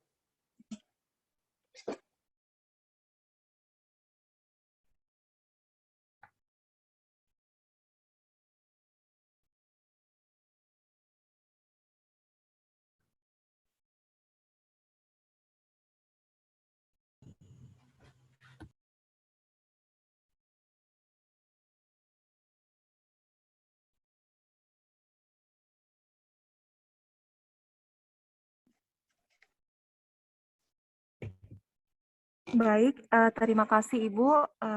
Kami sampaikan kepada Ibu karena telah menjadi pemateri daripada webinar kita pada kesempatan ini.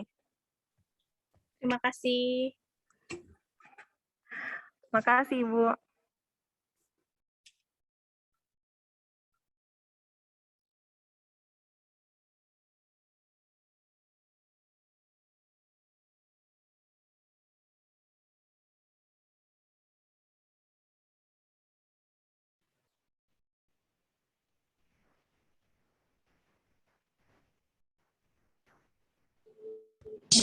Sekali lagi kami mengucapkan banyak terima kasih kepada moderator dan pemateri. Selanjutnya kita akan beranjak ke acara selanjutnya, yaitu pembacaan doa oleh Saudara Muhammad Fosil. Kepada saudara kami persilahkan dengan hormat.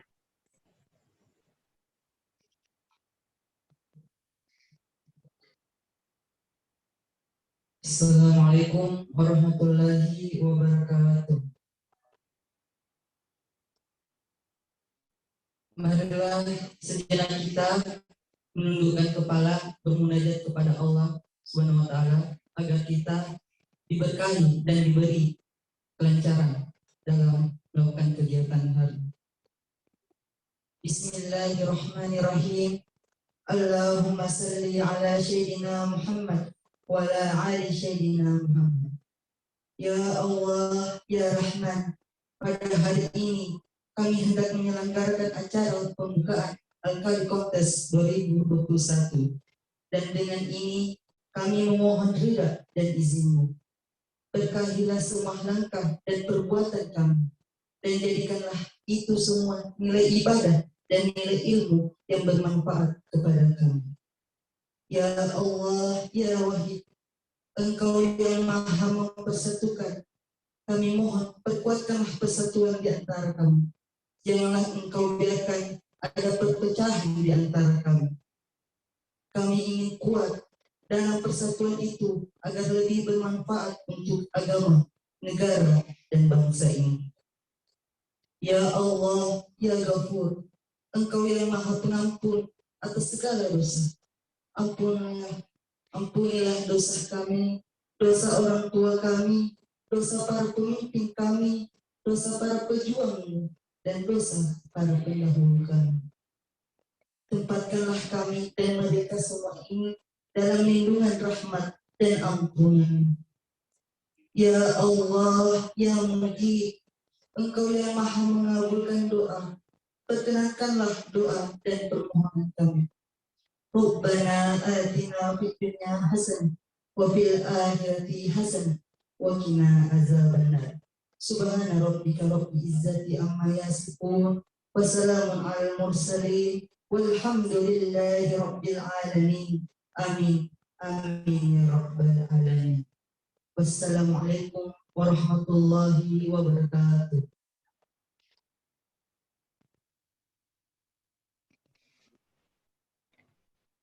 Terima kasih kami sampaikan kepada saudara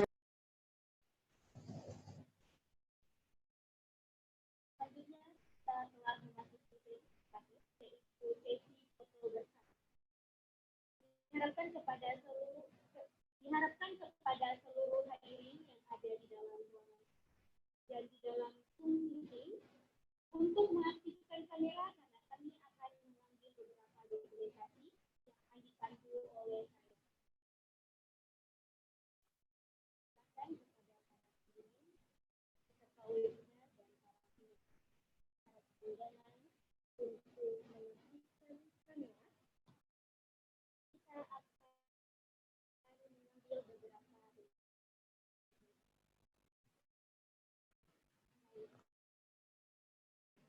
saya akan memandu yaitu ketiga dokumentasi satu,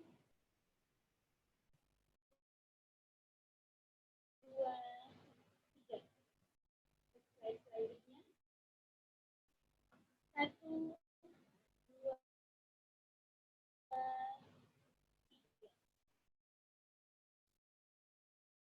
Slide ketiga.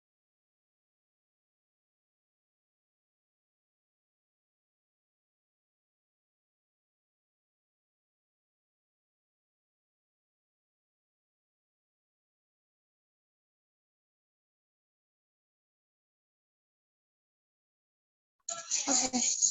Untuk slide selanjutnya, 1, 2, 3. Baik, itulah tadi sesi dokumentasi. Sudah. Baik, hadirin.